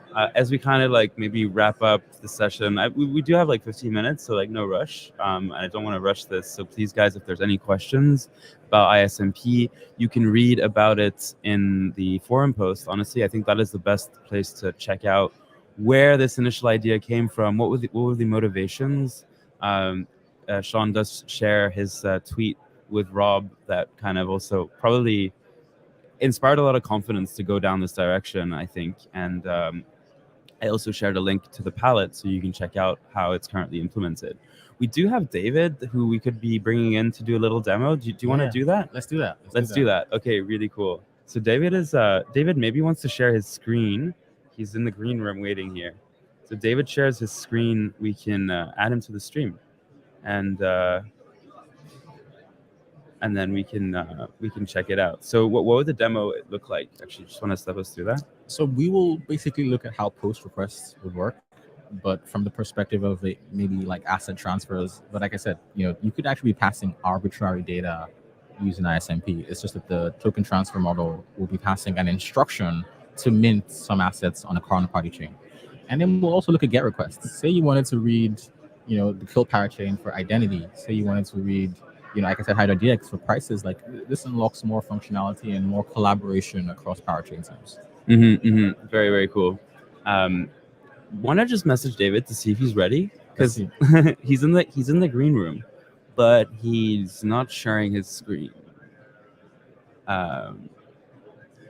And yeah, actually, there's a question in the chat while we're waiting here. We can tackle questions. Yeah, we can tackle a question, which is, so Little Epic says, can you dig into the identity use case? Right. I mean, so there's this idea of, uncollateralized loans, for instance. Say you could use your reputation, you could stake your reputation, you could stake your identity to get a loan. And if for some reason you don't pay back this loan, you could have your identity slashed. And of course, it would be the case that your identity actually cost a lot in the first place to acquire. So these are the kinds of use cases I can see happening. Also, like authentication, for instance. Say you have an on-chain game, and you could then request the identities of its players from another chain. Sure, yeah. So, but this really taps into where I guess like the economics might be added to just using pure cryptography, right? Yeah. Where ultimately these relayers have a reputation, kind of thing. Is that what we're talking about here? Oh, I just meant like users, identity, on-chain identities of users who want to use that identity in different applications. Got it. So, but tying it back to the protocol, like the sort of how is this like secured by economics? Like there must be some sort of additional like incentive. The protocol actually doesn't do anything beyond just message passing. Okay. So I'm just describing applications that can be built on top of the protocol functionality. Like I said, just storage proofs of an identity that maybe lives on another chain, so you don't have to have an identity module yourself. So this actually allows for more sharded, designs of applications that allow an application to leverage other features from other applications. Okay, cool. Yeah, you're talking about the application layer. I was still kind of asking a question about the protocol layer. I think the best way is to check it out. I think we do have David, who is ready to share his screen. So let's rock and roll. If there's just so Little Epic just wanted to just add. So he says an example: a soul-bound identity on one parachain, but behavior on others would be able to play back and forth over ISMP. Exactly. Yeah. Very cool. So that's again like a soul-bound identity on one parachain, but behavior on others. That's very cool. This is an example of the things you can do with like storage proofs. And I think there's also this idea of NFT mirroring. So you can imagine maybe an NFT is a sort of authorization metric that you can then use on another chain and say, hey, look, I have this NFT, give me access to this functionality. Very cool. Yeah, very neat. Let's get David on the stream. I want to just say a little bit about how you and David met while I get him on, and how long have you been working together? Yeah, I mean, David and I actually, we went to the same university, and we actually kind of met through a mutual friend. So my course mate was like roommates with David. So every time I go to hang out with my course mate, David's always there. He's always on his computer, doing code. He was actually doing mechanical engineering at the time. So I'd see him on SolidWorks and like code, and I thought that was very interesting.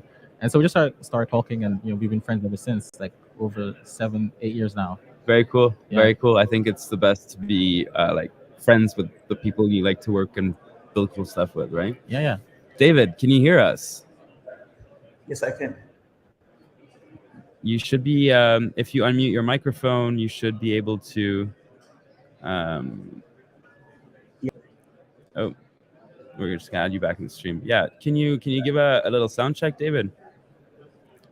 Yeah, Maybe we can't hear David, but we can see his screen. Yeah, but he does need to walk us. Yeah, maybe David, just check your mic settings on the stream here. We can see your screen, which is great. I can remove your sharing if that helps you set yourself up. I'll just do that real quick. I mean, in the meantime, we can also check out more questions. Yeah, we can definitely take more questions. Feel free to ask away in the chat. We are here at Polkadot Decoded in Copenhagen. People are, like you said when we started, like the energy is pretty good, I'd say, huh? It's the best. Like people are buzzing, and it's like real builders. Like we've been in a bear market for a while now, and the people that are here, like there's that energy of like raw, like talent, innovation, ideas that are coming to fruition. New parachain teams as well. Like that's actually why, like I said, there's a lot of bullish energy, because we're especially in the depths of the winter, but we don't really care. Like we're in Copenhagen, throwing around ideas, meeting people, sharing collaboration. Yeah. My first time in Copenhagen too. It's a nice city. Yeah, I mean, it's the sun sets pretty late here, and that just doesn't help my sleep. But it's other than that, it's absolutely beautiful. I love it. Yeah. The sun sets pretty late. It's true, but it's going down. It's getting better. David, can you hear us now? Can you maybe make a sign to see if we can hear you? Maybe if I edit your mic settings. Sorry, folk. There's just a little bit of a technical hurdle here.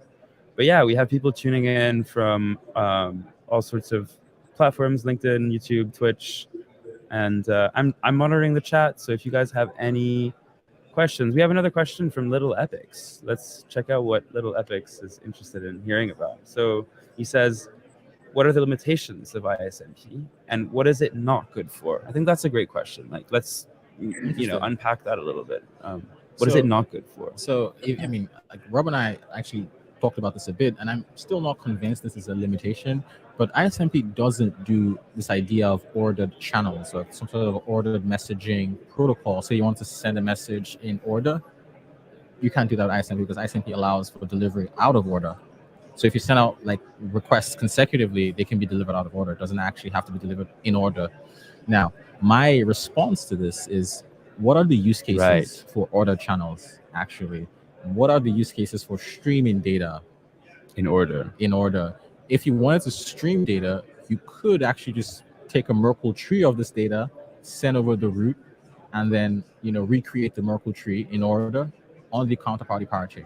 So there are ways you can still get around this stuff if you want some sort of ordered messaging. But ISMP does not give you ordered messaging. And is this a good thing or a bad thing? I think it's a good thing. For instance, IBC has had ordered messaging, but no one has ever used this. Everyone uses unordered messaging. So it's maybe not a feature that blockchains need. Yeah, it's one of those things of like, in the design space, you always want to like account for all the possible, edge cases or use cases. In practice, like, but nobody's really using it. Not very. Okay, very interesting. I think that answers that question pretty well. Yeah. Can you hear me now? Okay, David, we're gonna try again here. Let's add you to the stream. And let us know if you can hear us. Yeah, I guess there's a slight delay too. Maybe like we're hearing this now and then they're hearing it. And yeah, I can hear you. Oh, Little Epic says what's the weirdest use, or what's some funky, as Gavin loves the word exotic. What's your exotic use case of ISMP? Honestly, because you can put anything in there, you could actually post video to another parachain for some weird reason, and I'd definitely like to see. I'd definitely like to see that happen. Someone just posting video around. I don't know. It could be useful. I don't know. Yeah. Wait. So what do you mean post video? Like raw video bytes. Right. Like you put that into a transaction and you say, hey, just give this to another parachain. I'm gonna send. Yeah.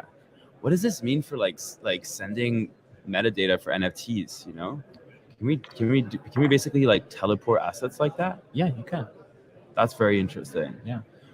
But would you say that there's maybe security reasons for not doing that using is there anything that you need to sort of like make sure that you don't mess up if you're doing things like that?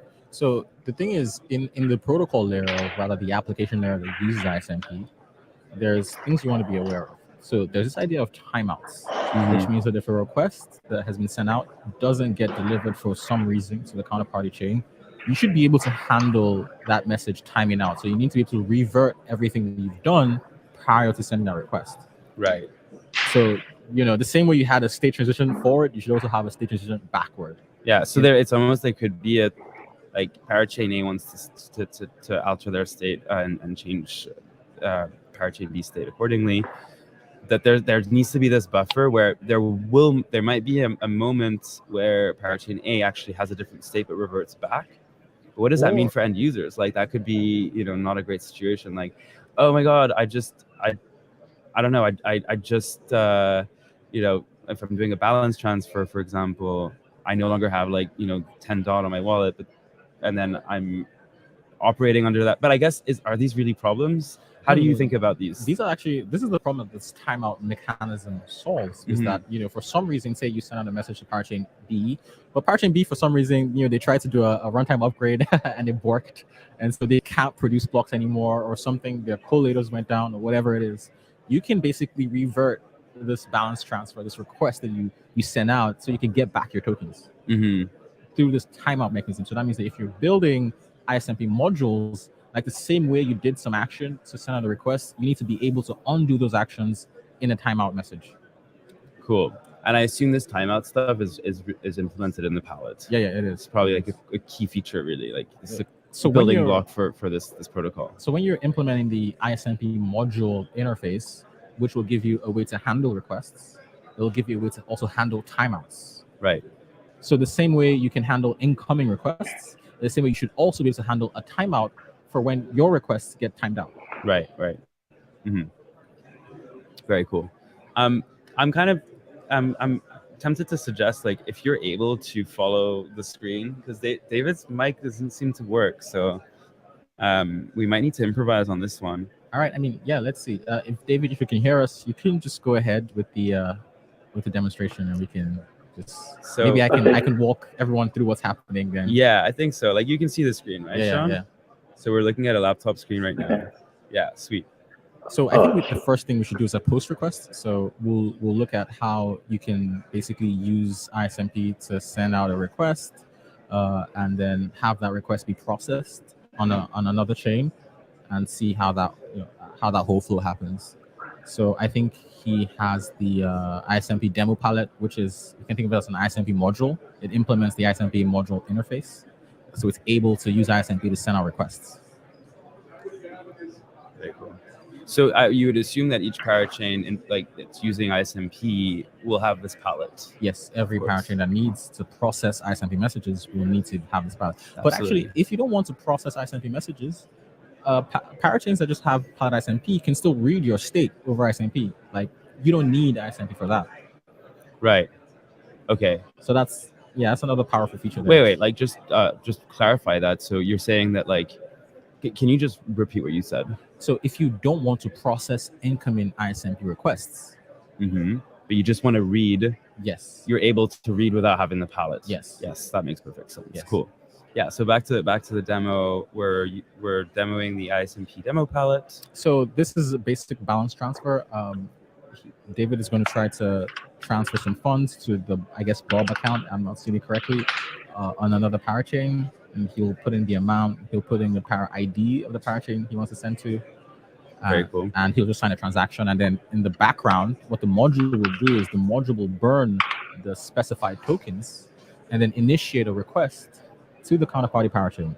Now, we will have a relayer running in the background, a dedicated relayer. So we won't be showing you how the whole self-relay process works. So the relay will automatically pick up the request, and you will see that the request is handled on the counterparty chain. So he will go back to the Explorer, and you will see some events. You will see the ISMP request event, which shows that a request has been initiated. It will show you the destination. It will have some metadata like a nonce and stuff. But as well, you will see the ISMP demo event as well that says, oh, we just burnt some balances, and you also see the balances burnt event as well. And so we'll go to the next, the second parachain, and then we'll see what happens when the request is received. Yeah, so there's two chains running, obviously, right? Yeah, for the audience. Oh, so we can already see actually it's been received. Balance received. You can also see balance minted, which means that the asset has now been minted on this chain. And you have to understand this happened entirely without the involvement of the relay chain. That's the superpower of ISMP, right? Yeah. We're not using relay chain resources, and it's almost like this P2P state proof verification mechanism that enables this. Exactly. But tell me something. So I'm seeing, sorry, David, just pause on the demo, just because what in the palette knows about the balance transfer concept in these two runtimes? Like, you need some sort of wrapper around the different palettes that the ISMP protocol is supporting? So that's actually at the application layer. So the application, the balance transfer application, is binding to the currency trait. Okay. Yeah, so it's burning those tokens through the currency trait, and it's minting those tokens through the currency trait. So I'm saying the currency trait, and I'm kind of assuming that everyone understands what that is, but that's, for those who don't know, it's the interface that other palettes can use to handle and deal with balances. Yeah, totally. So it's even it's really what, like, the balances palette, the assets palette, and all of these asset like palette functionality in Frame uses. Yeah. The currency trait. So it's using that. That's interesting. At the application layer, like ISMP doesn't care about all this stuff. ISMP's job is just to forward requests and handle responses. But so what would it look like if I kind of make a custom palette that handles certificates, right? Like, for example, Simply, and I want to transfer that certificate cross chain. Like, it's a custom palette. You can just put the certificate into the request. And as long as the receiving module has a way to authenticate the certificate, maybe there's some sort of signature. Right. Maybe it's the certificate palette that lives on that chain. Exactly. Okay.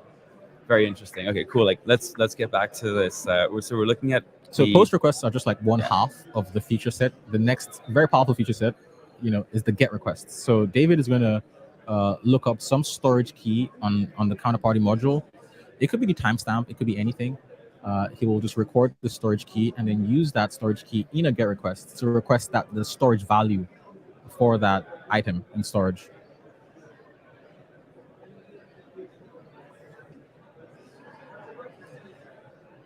It's all just distributed state machines, ladies and gentlemen. And that's why we called it the interoperable state machine protocol.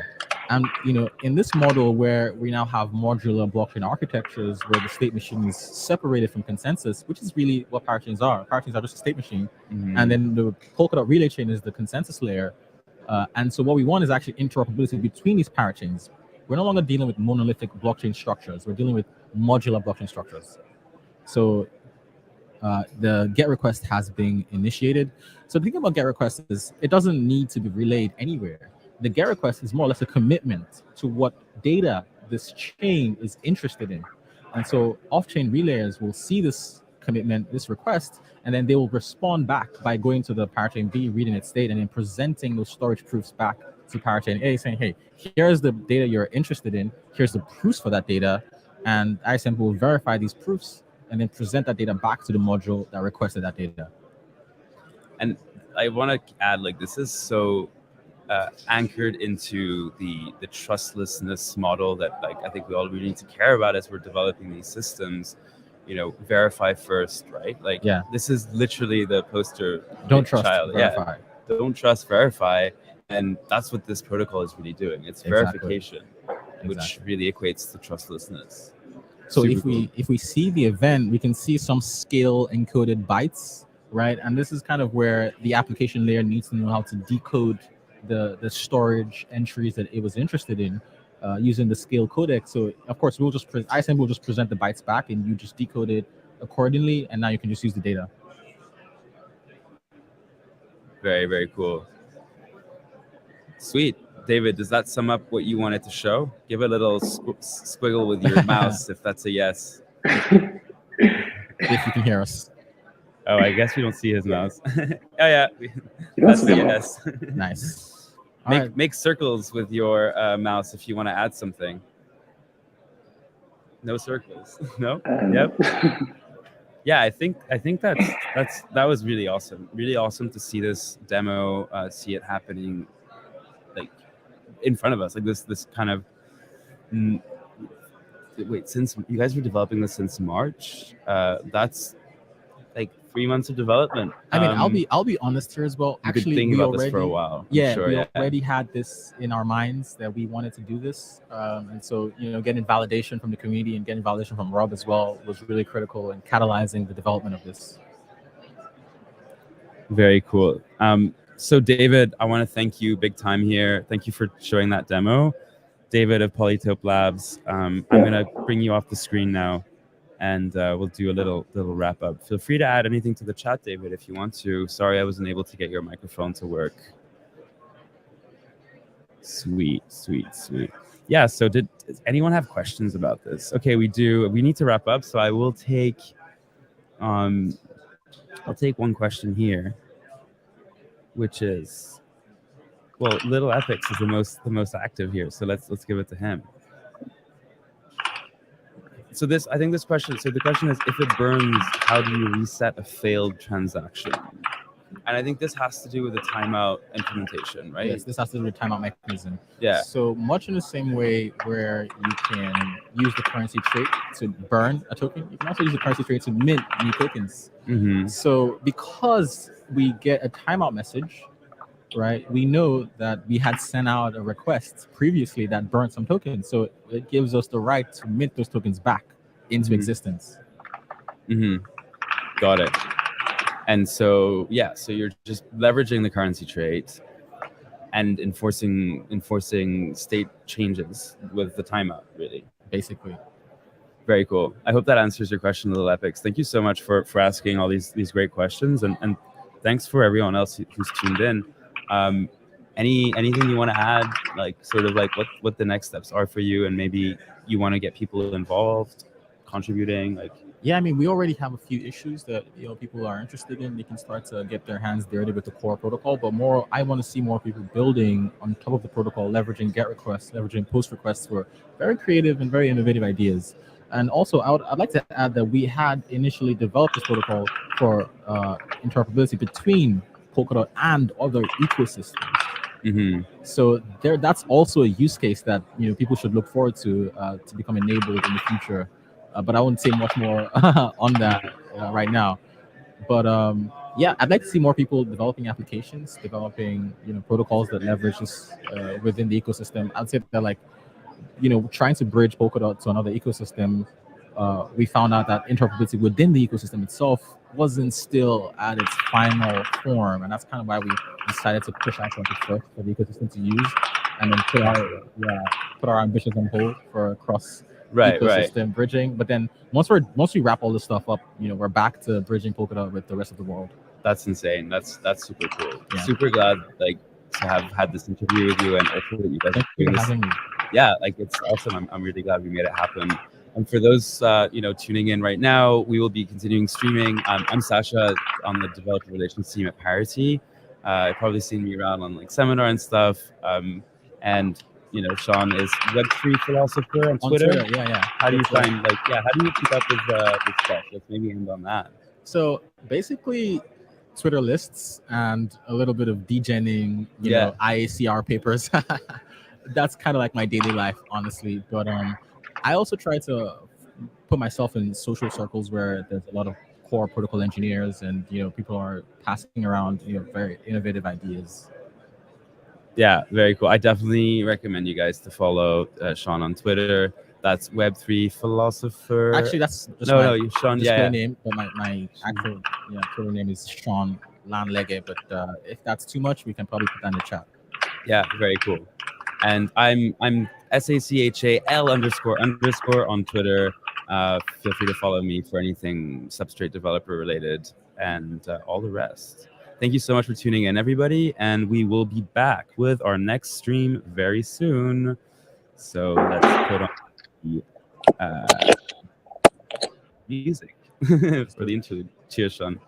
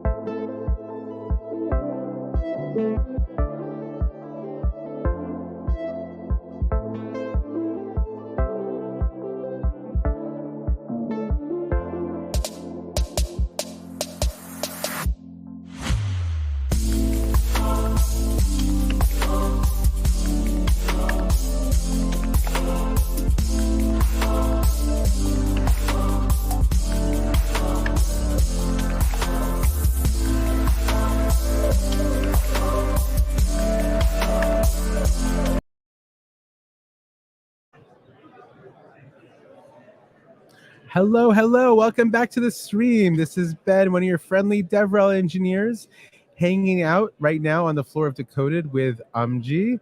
Hello and welcome. Hello, hello. Hello, everyone. It is really, really good to have you here with us. First of all, Umji, who are you? Where do you come from? And what brings you to Polkadot Decoded? So first, lovely to meet you, everyone. Perhaps some of you know that because you came to our education program. So I'm Omji from Interlude Club. I'm originally from Korea, living in Germany, mingle with a lot of blockchain people. Interlude Club is like a Web3 education company. We are making amazing education programs with Polkadot and many other partners. And this time, we are just here to support hackers. First of all, Encode Club does amazing work across the entire ecosystem. When you look out at this floor at Decoded and you see some of the folks here, do you recognize some of your alumni from hackathons? Definitely. And funny thing is, like, not only recognize them from our hackathon, they're actually contributors in the ecosystem. Like, for example, Martin, head of Astor Foundation from Interlude alumni, or like Joshua Devrel from Fala, also Encode alumni. And then I see some like developers here saying that they are from our bootcamp. So whenever they see my blue t-shirts, like they comment, hey, I'm wearing your classes. Like that made me very proud. It must make you feel so good. Yes, it is really good. It's like you kind of meet your family again. Like you kind of see them going through a different like a process, and this is really like nice to see you are supporting them and they come back. And the really funny thing, once they were hackathon winner, that they come back to our hackathon as a DevRel, giving a workshop is the best thing. That's amazing. That's amazing. First of all, folks, if you want to be part of the family of Encode, that can happen. You don't have to be at Decoded to participate in a hackathon, because this is not your only hackathon you run throughout the year. Exactly. Like we have like a lot of different programs coming up, not only hackathon but also educate series. So just a few weeks ago we had amazing Polkadot educate series, including ink content. Fascinating. Tell us a little more about that, ink content. So what does that mean for the folks around the world joining us right now? So like let me give you a little bit extra explanation there. So we are having like an education, which is like public education series, and then we have like a hackathon or bootcamp, different sort of education program. And this public education series is meant to like targeting developers who are interested in this space, that they can have a technical overview, but at the same time it's a bit abstractive, that if you're a non-tech person but builder in the space who want to understand technical things, this is a perfect opportunity to come. So it's accessible for those who are both developers currently and those who want to get their hands really immersed in things and start building interesting projects. Exactly. Regardless. So, yes. So if you're a developer, of course, like you can have the maximum impact out of it because you can understand technical things in depth.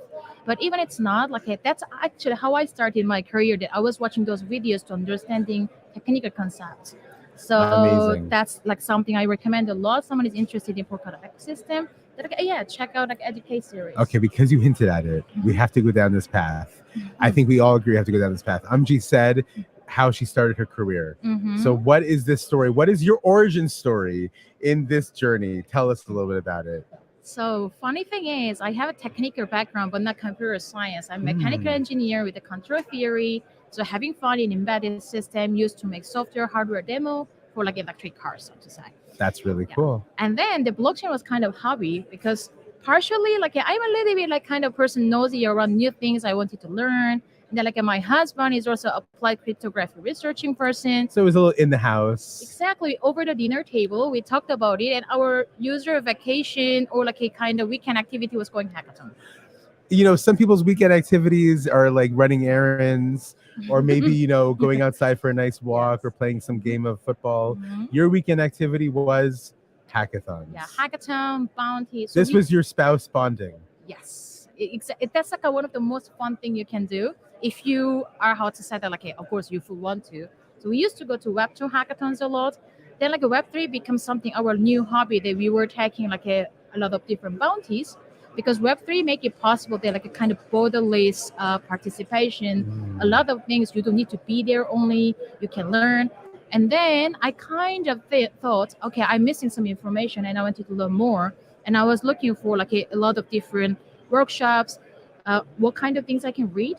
But then I thought like, okay, white papers are a little bit too much for me to read everything. It wasn't necessarily the venue that was appropriate for you. Exactly. Like I don't have a CS background, and also I wanted to start something simple. And then if I watch a lot of videos, like checking on YouTube or like something, a lot of things were about like price action and then like a speculation. Then I was like, okay, no, this is not for me. And then I found the Jam, which was like an educate series actually by the company I'm working at, the first series of the Polkadot Educate. I was watching that and I thought, if I actually go there, I'm learning, working with them, and I can make even better materials together. That's the way I actually joined the company like full time. So you came to the company into Encode as a user. Yes, as a user. Builder. As a builder, as a watcher who is like a learning education through those series. You know, I love threading that back to what you said earlier, how the Web3 hackathons felt more inclusive, more broad. So it seems like that pathway was open for you in a way that you couldn't necessarily find as accessible in the other hackathon spaces you were in prior. Exactly. Yeah, because like in Web3 also like I think there's mainly two different things. One is kind of the philosophy of the people, because it's quite nascent and there's a lot of people who come to the space they just come because of their like enthusiastic about this. So they're very open. and We're want to very teach you. enthusiastic here, Exactly. right? Otherwise, why would we We're here? so enthusiastic. Exactly. And that's the reason why it's much easier to penetrate the like a scene, even though you have a different background, because there's a lot of people who want to explain what they're building Right, and right. who want to teach you free. So do you remember some of your first projects? So, like few things.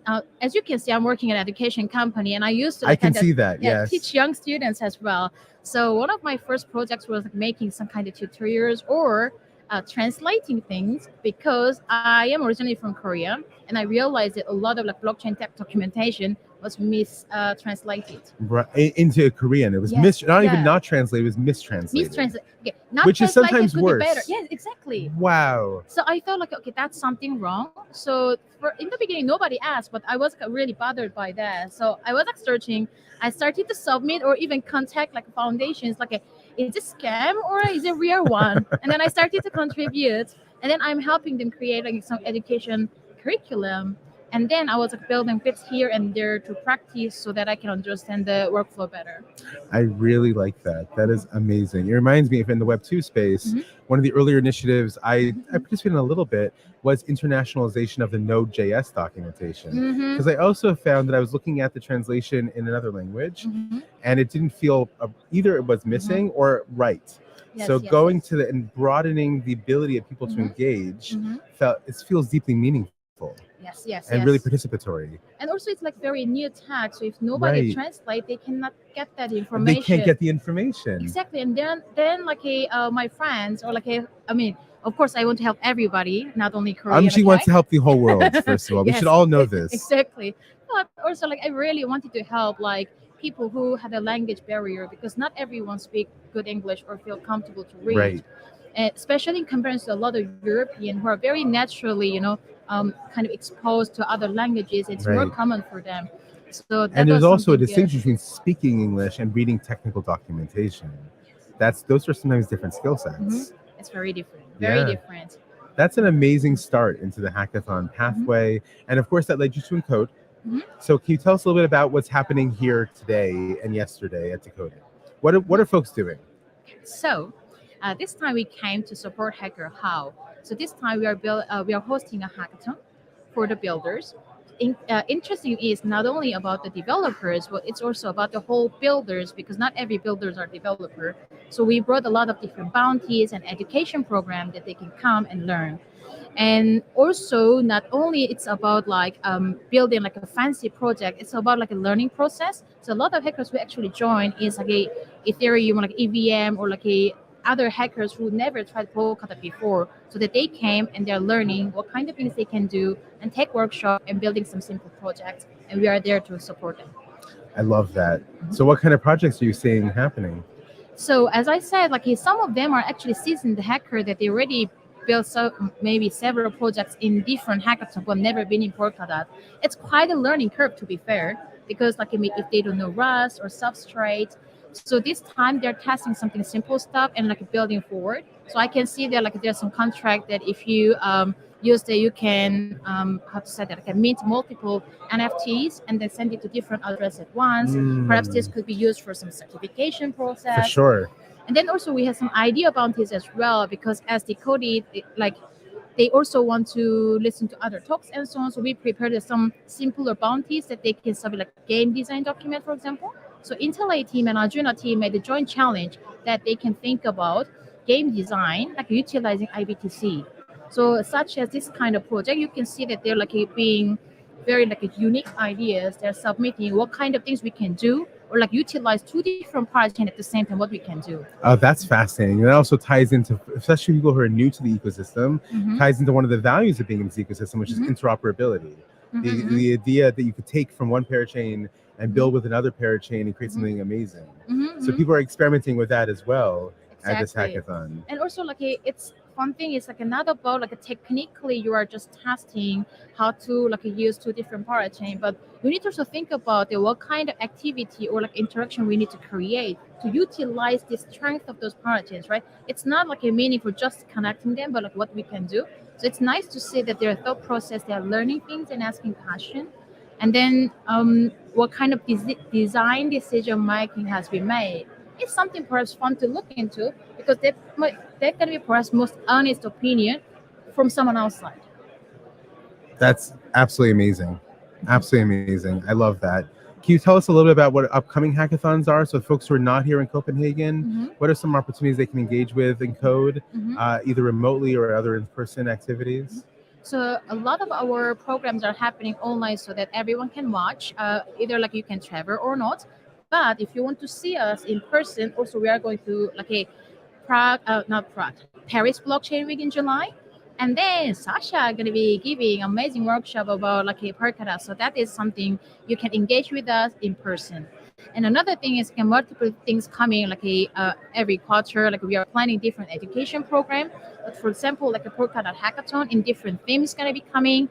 Another thing is it's something I cannot completely disclose, but you might have nice like a boot camp learning opportunity, like a substrate and ink. So we are planning on making more like a intensive like a workshops that developers can go through like step-by-step learning like a substrate and ink, more than like a 1-2 session, but a little bit longer, and then they can build a project. That's really, really cool. So basically a diversity of options in different locations, different types of options for folks. If you're watching us, I would love for us to, if you're interested, to raise a comment, ask a question for Umji. Maybe you've never done a hackathon before. Maybe you really want to do a hackathon. You've always been a little scared. This is your time. Exactly. We have Umji right here, and she is willing and able to answer your questions, to engage with you. We're looking at the comments. Please, if you have anything you want to ask Umji, this is the moment about Encode, about hackathons, about getting involved. We are open and listening and waiting for your comments or questions, as we're just having a nice conversation. Cool. You know? Have you done anything here in Copenhagen while you've been here, besides being here at Decoded? Being with hackers. Do you even know that you're in Copenhagen? I mean, like on the way to here, when I'm walking, like the buildings are beautiful, lovely. I had one Danish beer, glass of one Danish beer. Danish beer. Yeah, was that different than a German beer? Yeah, different. I cannot say which one is better or not. I like German beer, but that was great too. Just like it's basically, if it's a good beer, it's a good beer. Yes, good beer is good beer. Yes. And then you drink beer in different occasions, in different weather, so different types of beer. Right, that's true. For me, the hardest part here is the sunrise and sunset times. Oh, yeah. Having a hard time adjusting to the wearing sunglasses at like 10 o'clock at night. For those who've not been here before. The 5 a.m. wake up. The 5 a.m. wake up. You don't need a wake up call. You don't need an alarm. It's so bright and you're like, I'm up. 10 a.m.? What did I miss? But the day hasn't even begun yet. That's good. You have more hours to hack. So if I'm interested, or if folks who are watching right now, if you're interested in getting started in participating in Hackathon, but you don't yet know enough to feel comfortable, you kind of highlighted the fact there's also educational series or educational programming. What is available like today? If I went to a website, is there something I could go to today, or something I could sign up for in the future? Like, what does that look like?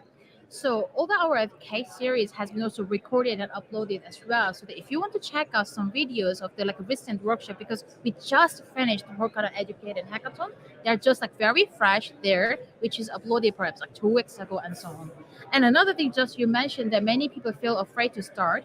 There's one thing I want to say is in the beginning, Hackathon was in the very beginning of the Web2 Hackathon, maybe it started with some dev geniuses, let's say. But in general, Web2 Hackathon culture is not for the super advanced developers only. It's supposed to be a lot of people who are learning, come and testing their things. Just it happened to be that in Web3 Hackathon, a lot of super dedicated hackers come in the scene because those people were building the scene, and then the project was very, very high quality. So if you're new, sometimes you're afraid because everyone look like building super amazing startup project, but it's not the case. You must submit something.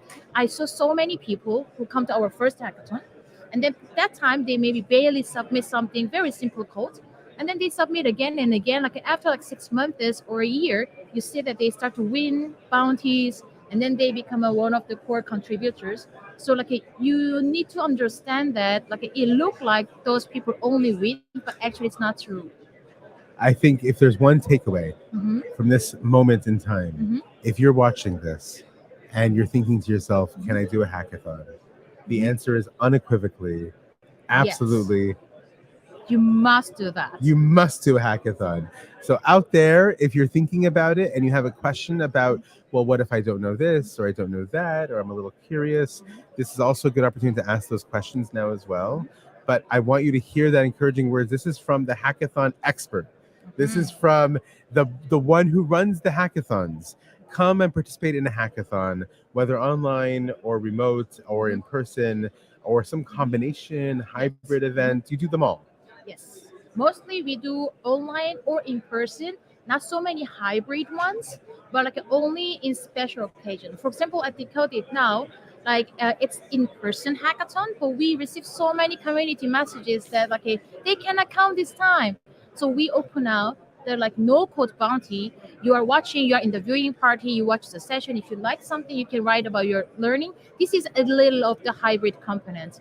But usually a coding part, it's either in person or online. Right. And when does the hackathon at Decoded end? So coding part just got ended and judges are now checking all the submissions. Just ended. It just ended. So the judges are busy at work. Yes, judges are busy at work. And then, but still fun bits left is a no coding bounty. So writing about Decoded learnings as main stage talk is going on and so on, you still can submit. So if you're curious, you need to just search Polkadot Decoded. And funny enough, in-code hackathon, Decoded and in-code hackathon, then you can actually search there. We have no code bounties are still there, and you can submit your learnings, which stage talk you like the most, if you have some idea that what kind of parachain activities you would like to see more, you are still open to join us. So that's still happening. Yes, no code bounty. Still participate in the no code bounty.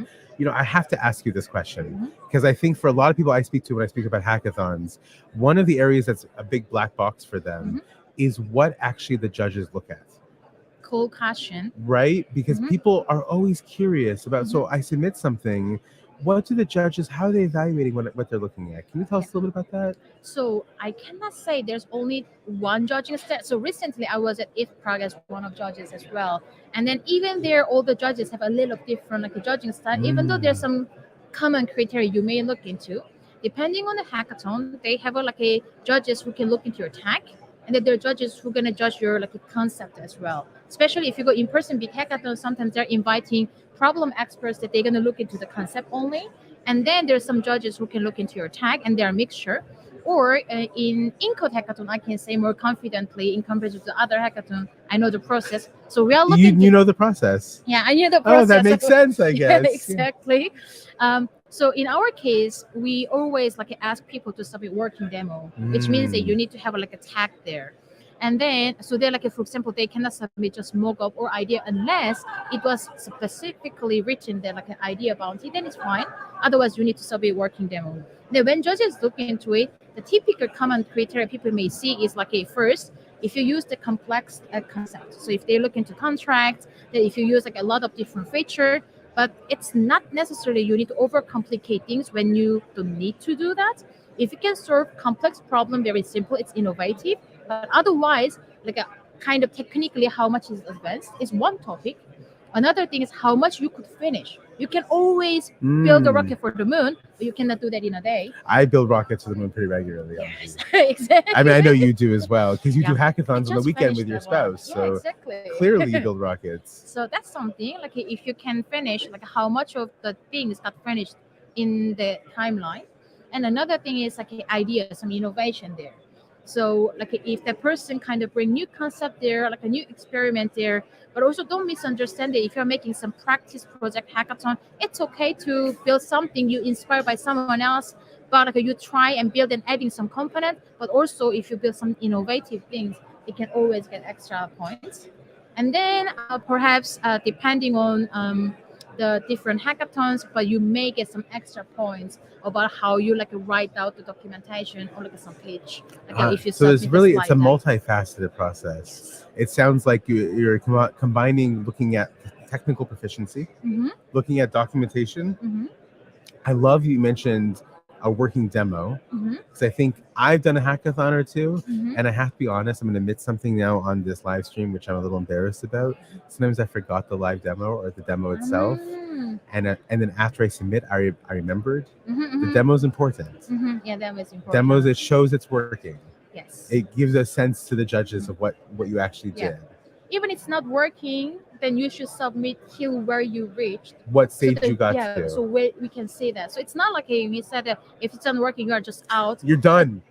It's more like we need to know what you wanted to build and how it's supposed to work. Right. I think that's really important. Mhm. And so also the idea as well, as you said, Yes. it should be some originality, Yes. some creativity, like Mhm. what you were talking about, what's happening right here, for example, being able to mint multiple NFTs at the same time Mhm. and distribute to multiple addresses, Mhm, mhm. which has use cases like certification programs Mhm. and other, multifaceted use cases. Mhm. So showing it doesn't need to be a rocket to the Mars, Mhm. but it's something that you thought about. Yeah, or like a different perspective you bring. Ooh, Maybe a different like if- perspective. I Maybe like that. people do have that feature for something else, but if you're using for other activities and if you can justify it, it can be very fresh.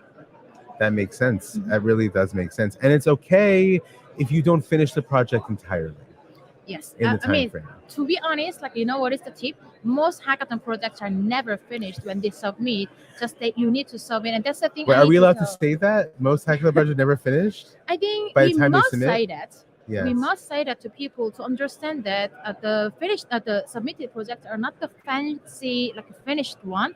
They just submit the one how to say as much as they could get. So like the people shouldn't be afraid of what they couldn't build enough. Like one two feature got missing. It's fine. Like you must submit what you built, and that's like what our hackathon project must be like. It's your MVP, and even startups sometimes launch the project without the feature they were initially planning to. So it's like a very nice process to learn how to think about the product, then make a plan, you pivot, and then sometimes you need to make some feature out, you don't have a time, and then having a beta test, right? So this is the whole process, and it's really common process that you can understand, and then you don't need to feel afraid of narrowing down and submit like a smaller project than initial plan. Right. I also like how you said that it's part of a process. Mm-hmm. Because I think that if you see the hackathon as part of your learning journey, Yes. and it's not the conclusion, it's not the finality, No. but it's a step. And in your own life story, it's been a part of your steps. And I think your life story is unique, but everyone's life story is unique. And the way the hackathons have helped mold them and shape them, because you're looking out into this audience, into this space, this amazing space, and you see DevRels working at different parachains. You see builders at parachains. You see people building their own things that all had incubated and started their journey at a hackathon. Yes. This is like a just great time or great occasion to learn things in the hackathon, because just imagine that you have some passion to some tech company. You cannot just actually dial in and asking. It shows how old I am, right? Okay, so What is this? it's like phone. This like, is a phone. Isn't this a phone? Just come on. But I'm so much younger than you, so obviously.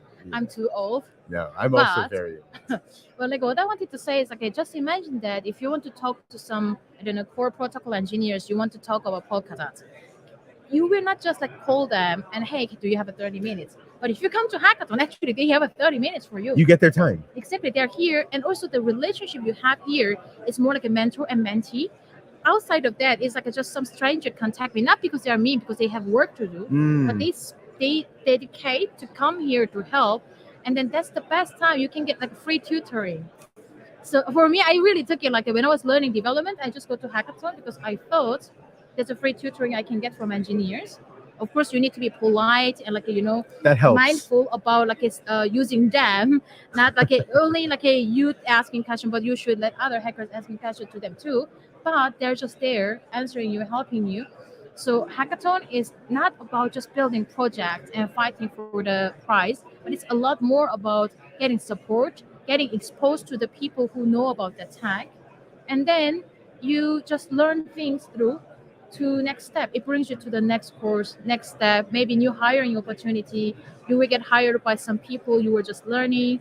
You will see your friends who want to make a startup together. So hackathon is a lot more than just building a project. Do you ever find that the relationships that people create with mentors at a hackathon, does that carry after the hackathon as well? Do people find they now have new communities and new resources and new friends even? Yes. It's like a interesting thing is also many people wondering what's the next steps after hackathon, right? It's a big question. Exactly. It's like many people are curious, like, what should I do? Does everyone need to make startup? No, of course not. So Wait, they don't? Oh, okay, fine. You don't MG, need they to. don't. Okay, fine. they don't, but they do also a lot of cool things. One example is like one of our hacker who is also here.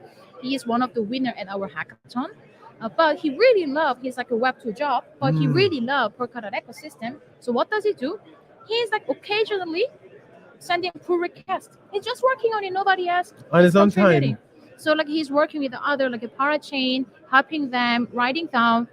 It's not how to say helping them, how to say work together, and he enjoys that. So like a hackathon, after hackathon, either you become co-contributor, you get like a acknowledgement, or you build your own project, or like you got internship. Like recently at our Polkadot hackathon, like all the winners get a internship opportunity at Asta That's Foundation. pretty incredible. At the So those Astar kind- Foundation.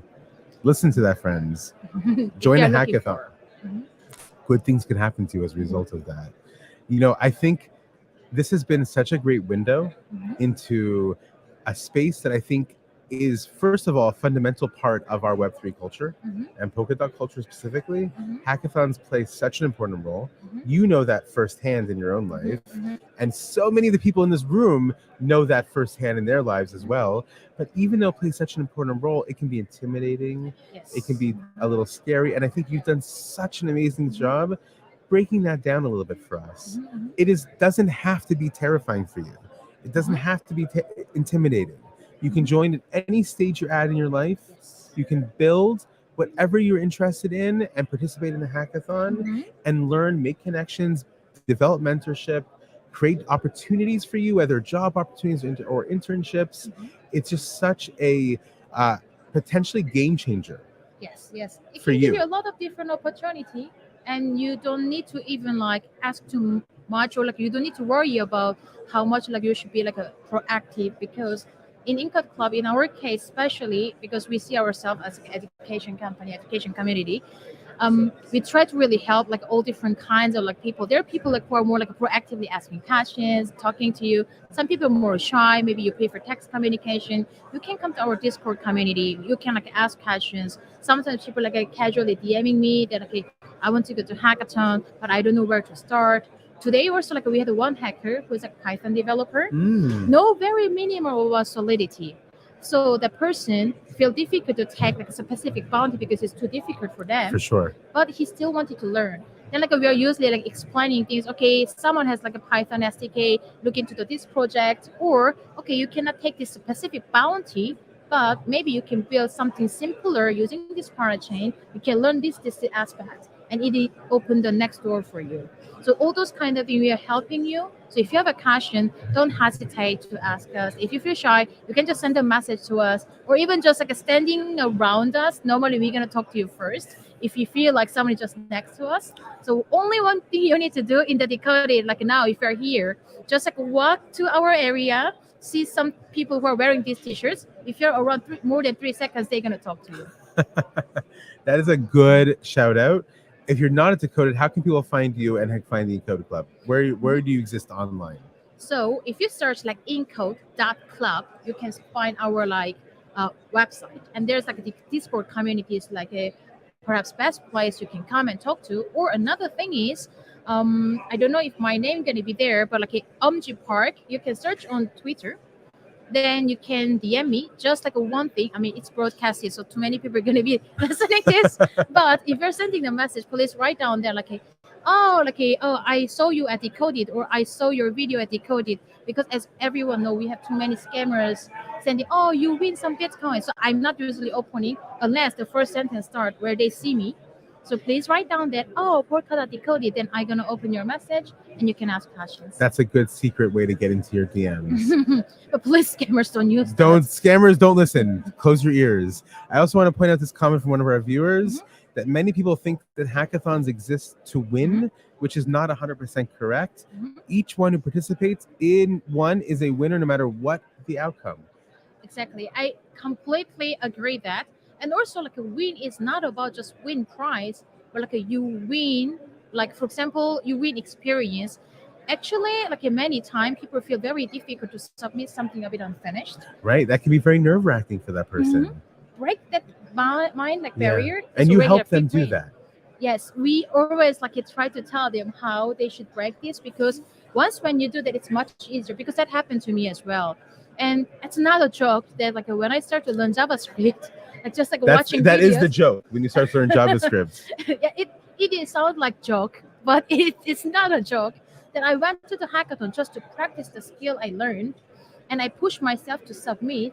And actually, you will be surprised at how many people think your project is cool, and they're gonna come to talk to you. And trust me, I'm not like a genius developer. Like my code is so dirty when you look into it. You are like, you cannot make that as a She's product. great. Don't listen to her right now. She's a wonderful developer. But that one, you just need to do that. And for me, that was one of the big winning.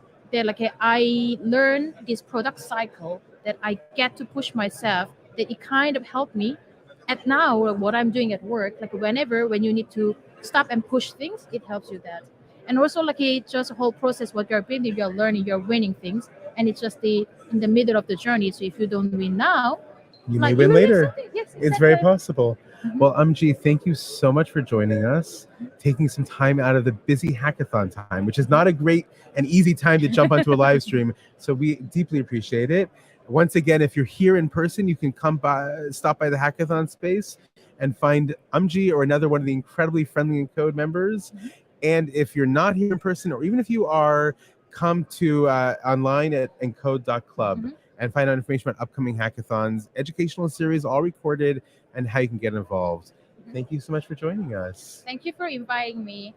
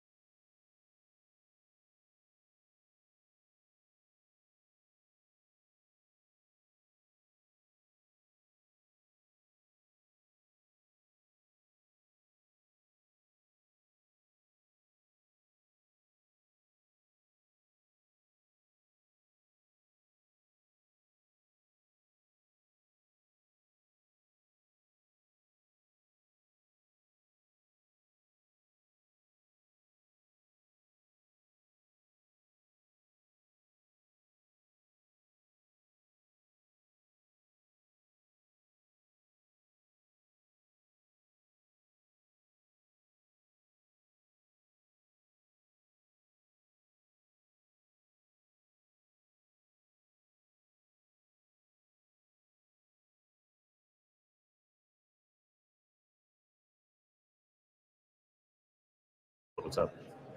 Oh, have I been on mute this whole Hello, time? folks. What a bummer. Roll it back. Rolling it back. Thank you so much, everyone, folks, for letting us know that you were not able to hear us. That's totally my fault. Technical error. We're human. And my name's Lauren, and welcome to the stream. Joining me is Tom. Tom, an incredible colleague of mine. I saw him in the hallway and I said, please join me on the stream really quick. Come talk to me. Come chat with me. And I would love for you to reintroduce yourself to the show, to the group. Now he's going to say everything he just said again. So it's going to be like a little phony. He's going to be like, wait, is this weird? It's not weird. Repeat yourself completely. Everything's important. Okay, cool. Right. Okay, hopefully second time lucky. Yeah, my name's Tom. I work at Parity. Yep. I work with Lauren. I work as Special Projects Lead, which is effectively a fancy title for a project manager. It's a cool name. It's a cool title to be Special Projects. I mean, when I hear it, I think that like you get to pick cool things that you're excited about and pursue and explore, learn about, iterate, experiment. Yeah, sure. anything to do kind of like with innovation. I guess. Dream job.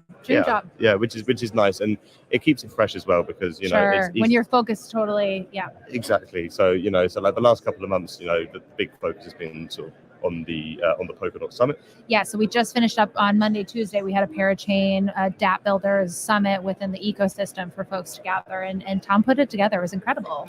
It was, you know what, it was good really good. Great conversations. Great attendance too. Yeah, exactly. And Decoded is fantastic, and it's been so good to listen to enterprises and all of the different projects, talking about what they're working on right now. But the summit was more for focused discussions on collaboration. Exactly, collaboration, technical, marketing, business development. How can we work better together? Totally. What are the key issues? Like? Yeah, no, for sure. But so what are you now focused on? So now I'll be focusing on Polkadot hubs. Yep. With some other stuff as well, but Polkadot hubs, just really kind of like pushing that forward. And I want to know what that is. Do they exist currently? Where are they? Sure. Yeah. So we've got one pilot set up in Bali right now by our head ambassador Six and his colleague Gabo, and that's effectively they've managed to get a co-working space where people can come, they can learn about Polkadot, they can collaborate, and the long-term vision for hubs is to have loads of these little pockets where people can come, they can learn. This could be a space for events, for hackathons, and it becomes a little bit more of a permanent home for people to come at any level of expertise of Polkadot. So someone that is brand new to the space could come and potentially be interacting with someone from the technical fellowship. That would be the absolute dream. That's the dream, right? Where they're learning from them, or there's maybe a workshop happening, a hackathon. I think anything is possible. I've got this really romantic view in my head of just just a student just walking down the road one day and they just see this building and it's a Polkadot hub and they go, oh my God, what's that? And they walk in and there's just people working away on different things, different projects, etc. And then they just start to ask questions. It's all about curiosity and feeding that curiosity. Yeah, right. But providing a space for someone to be curious and ask the questions. Absolutely. So how will we know where other ones will pop up? How do we learn more? What's the awareness play there? Sure. Yeah. So I think it's super important at the moment and this is what the working group's doing, is to really kind of create a framework for what a successful hub could look like. Okay, kind of like the playbook of it. Exactly, yeah. And it's not to be too prescriptive because, like a hub in South America is going to be totally different than what's working in Bali. Yeah. Exactly, just completely different cultural vibes. But I think what's important for us is to understand and to be confident that, if we're going to open up a physical location somewhere, that it's going to be well attended, right? I think you don't want it to be empty. Now that would be my nightmare situation. That's the opposite, on the other end of the spectrum. Yeah, and so I guess having the community and the ambassadors really drive it enthusiastically and saying we'll be there. Exactly. Believe us, this is where we want to hang. This is where our friends will be. This is the place. For sure. It's cool. It's so interesting. Well, I'm excited to learn more. I guess it's something to keep on the lookout. And if you find yourself in Bali, to go check out. Yes, yeah, for sure. So that's been up and running now for a good few months. They've currently got a proposal live on OpenGov, so going back yesterday. And so that's Tom's advice. That's my advice. Yeah. Well, wonderful. I really appreciate Tom for joining me and helping us bring awareness to all these cool programs that we've got going on. No worries. Thank you very much. This is my first time doing something like this. So, get out. Yeah, it's been really fun. Well, then I guess we'll have you on stream more. You're natural at it. Okay, folks, next up we have, I believe Aaron is back on stage, and we'll make a quick transition. They will not be muted. Apologies for that, but thank you for your patience, I suppose, with us. But hello and thank you, folks. Who are viewing from India, from the US. So happy to have you here. Stay tuned. It'll just be about a 30-second transition.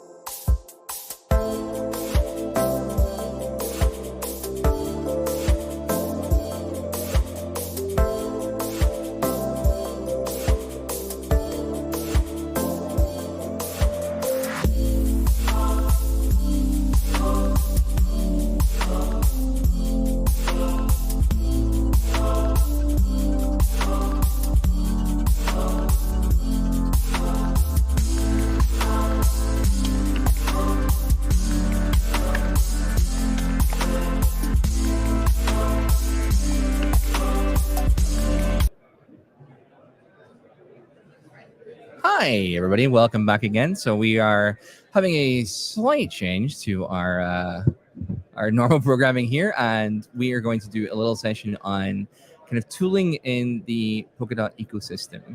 And I am being joined on stream today by two lovely folks who will let them introduce themselves and where they're from. Hello. Looking at your shirt, we may be able to guess at least. Why don't you tell people about yourself and your project? Yeah, hey, thanks for having me. I'm James Bailey. I'm the Chief Operating Officer of Subquery and also another infrastructure team in the space called Onfinality. Hey everyone, I'm Dimitri. I'm co-founder of Subsquared and data indexing and tooling.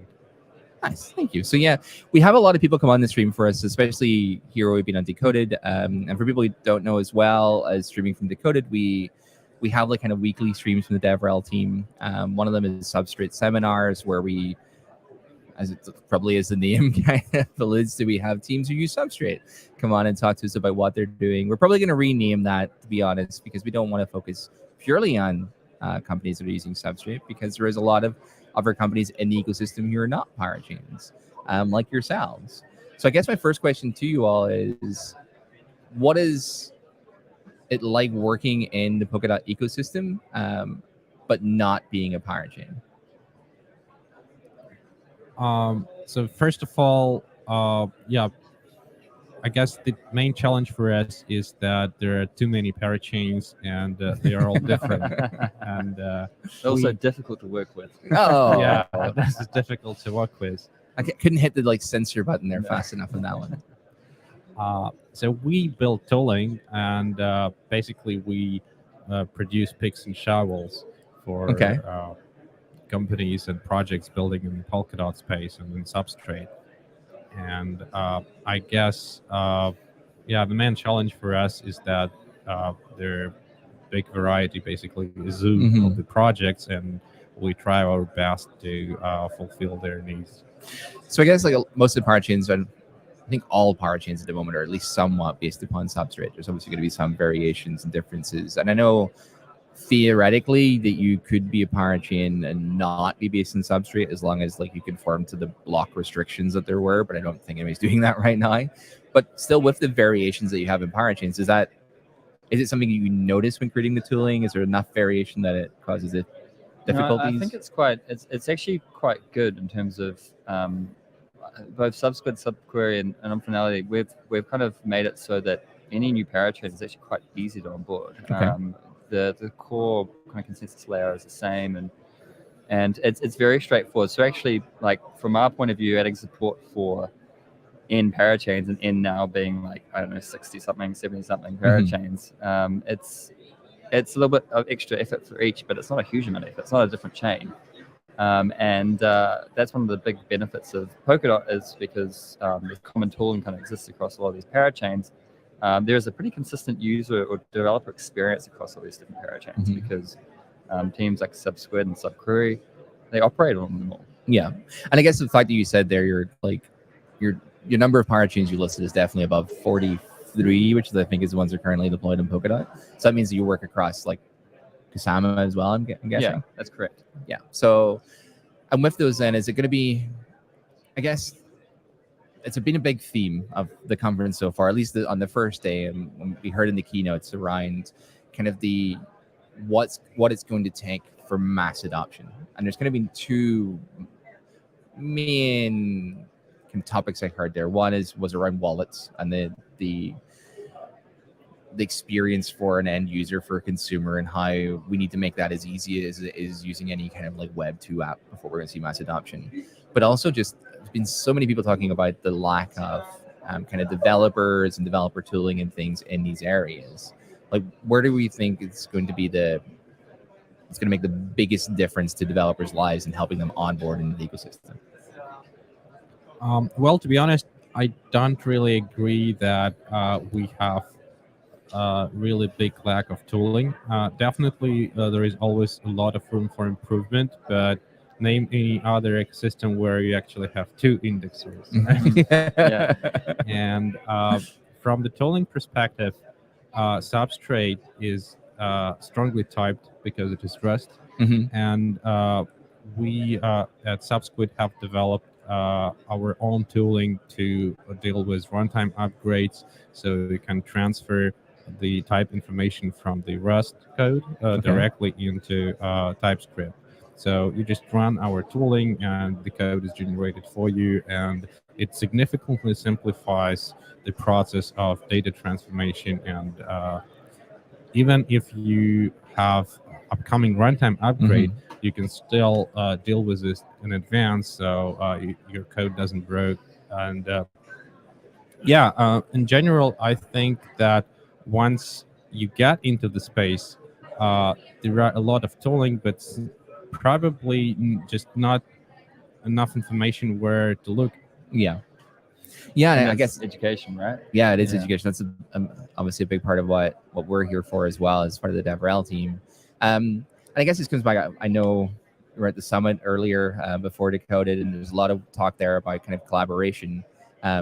Is that something then that we think we should be doing from kind of parity and Polkadot as a better way of like promoting these different tools in the ecosystem? Is it the fact that we do have competing tools and having something like parity there helping promote them without be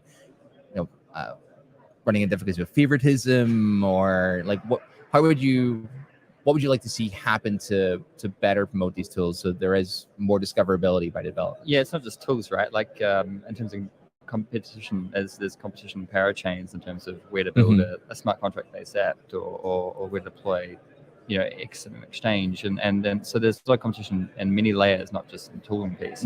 I completely agree that I don't think there's an issue of tooling in Polkadot. Like we do some work in Cosmos, and each app chain or each Cosmos zone doesn't really have any tooling. It's like each their own independent island. So I do believe that Polkadot's got really actually quite good developer tooling. I think what's missing is the application level tooling. So like stable coins and pieces around the application level that help application developers integrate with each other a bit easier. In terms of education though, like that is one of the things coming through, is that people come to Polkadot and you think you get that developer journey. They come to Polkadot and they see a whole heap of parachains. They see 50 parachains and different names, and they see 2 indexes and 5 RPC providers, and it's almost too much. It's like oh, crap, where do I start? And I don't think we'll end up playing favorites, but I think in terms of the ecosystem, it's not Parity's job to write the content for this, or the developer education here. It's the ecosystem's job to contribute that, but Parity can play a facilitation role in that.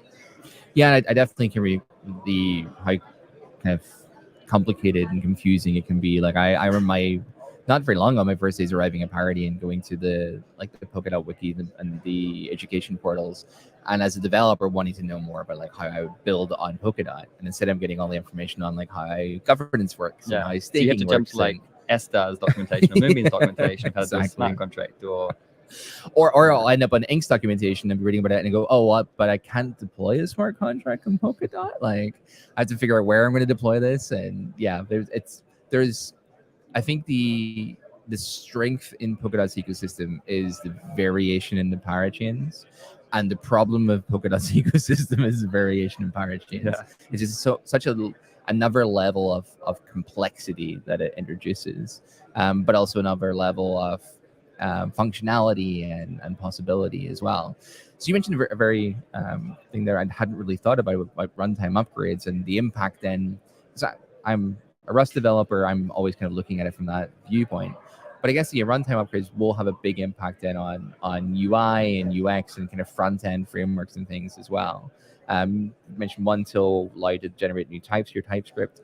But is that something that you find difficult in having a consistent experience UI-wise across these different parachains? It definitely makes life a little bit harder, but I do believe that it's not really a deal breaker, because exactly due to tooling like we offer, you can smoothen out that for users.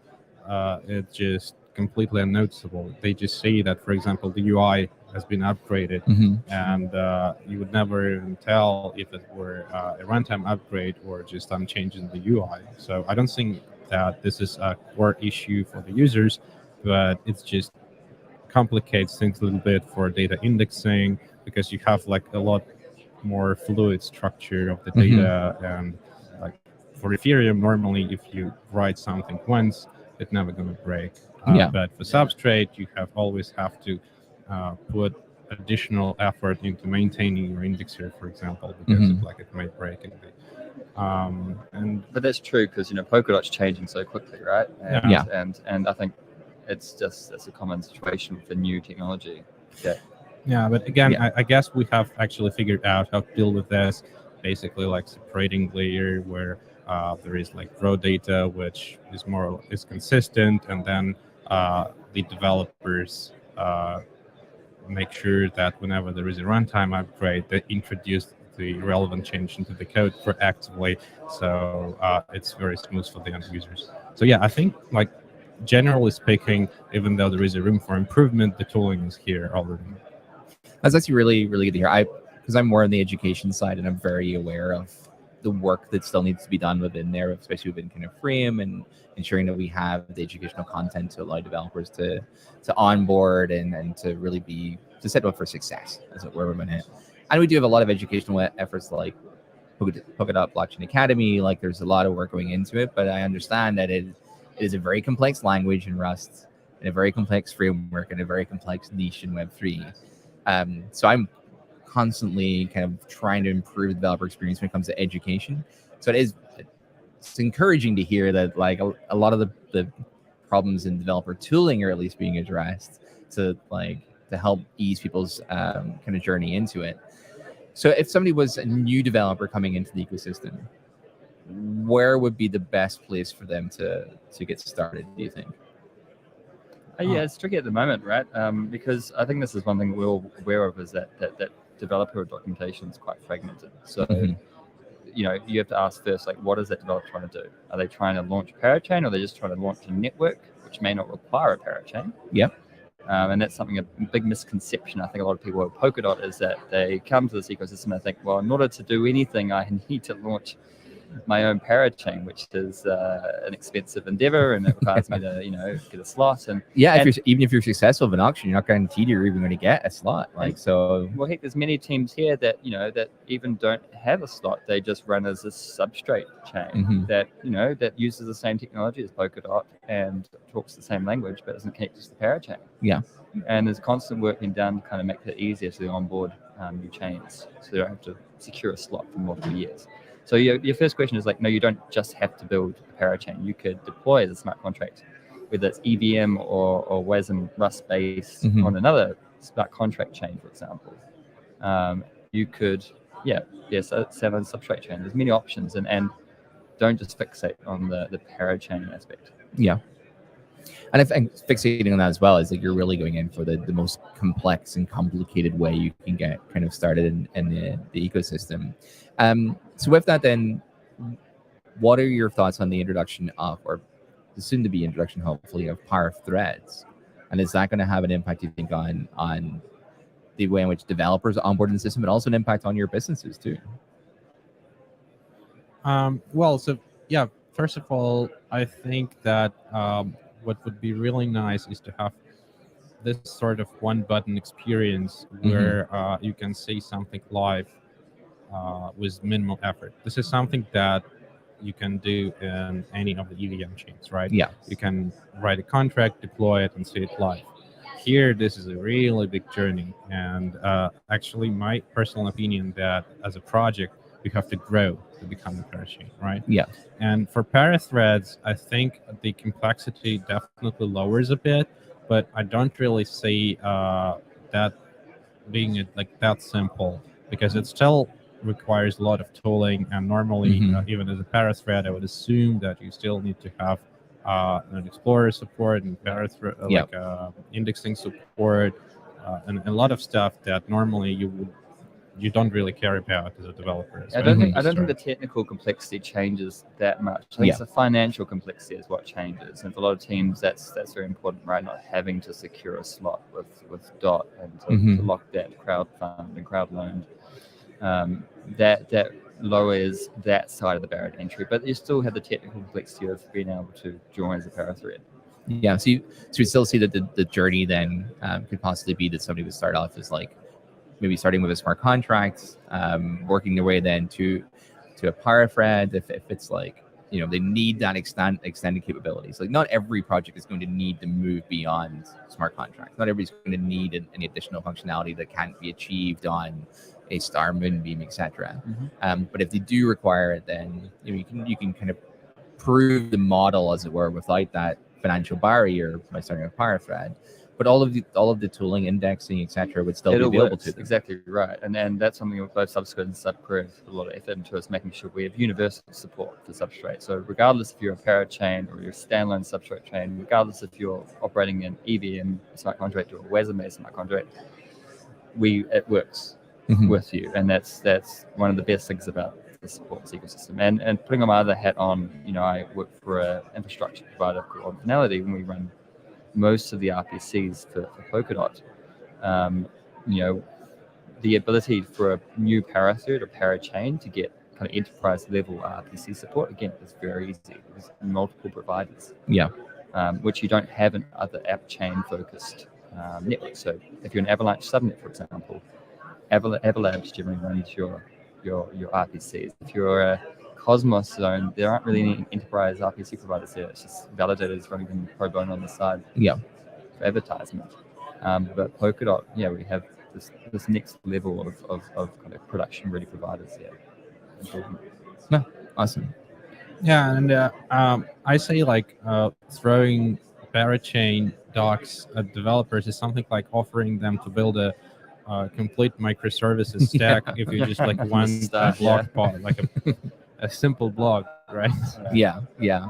And it is something that we need to do a better job of kind of and putting emphasis on as well. Obviously, coming from Polkadot Parity's kind of side, like parachains is where we want to see the growth, because that is, we're an open source project, we don't like use it, but that is our customers, that's our clientele, that's like who we are essentially providing our product to. Yeah, but going back to your original question, right? What's going to bring the next big the mass adoption? Yeah, it's not a number of parachains and success metric that you really should push for. It's a number of users on those parachains. You don't think that every user needs their own parachain, though? Well, you can have a massive mansion with a lot of empty rooms, but you don't really have many friends. Yeah. That's really sad thought. just this lone little like Polkadot person just like walking through this empty mansion. Yeah. So, but no, it's something that I kind of think about a lot, is like it's great that we've onboarded all of these parachains so quickly, that we have over 40 now live on Polkadot itself. But each one does have, it's a parachain slot. They don't last forever. They're going to have to have auctions, etc. And it's like, I really don't want to see us churn parachains either. If we're coming back in like 2 years time and we now have 40 new parachains, but we still only have 40 parachains, that's not a situation that we want to be in.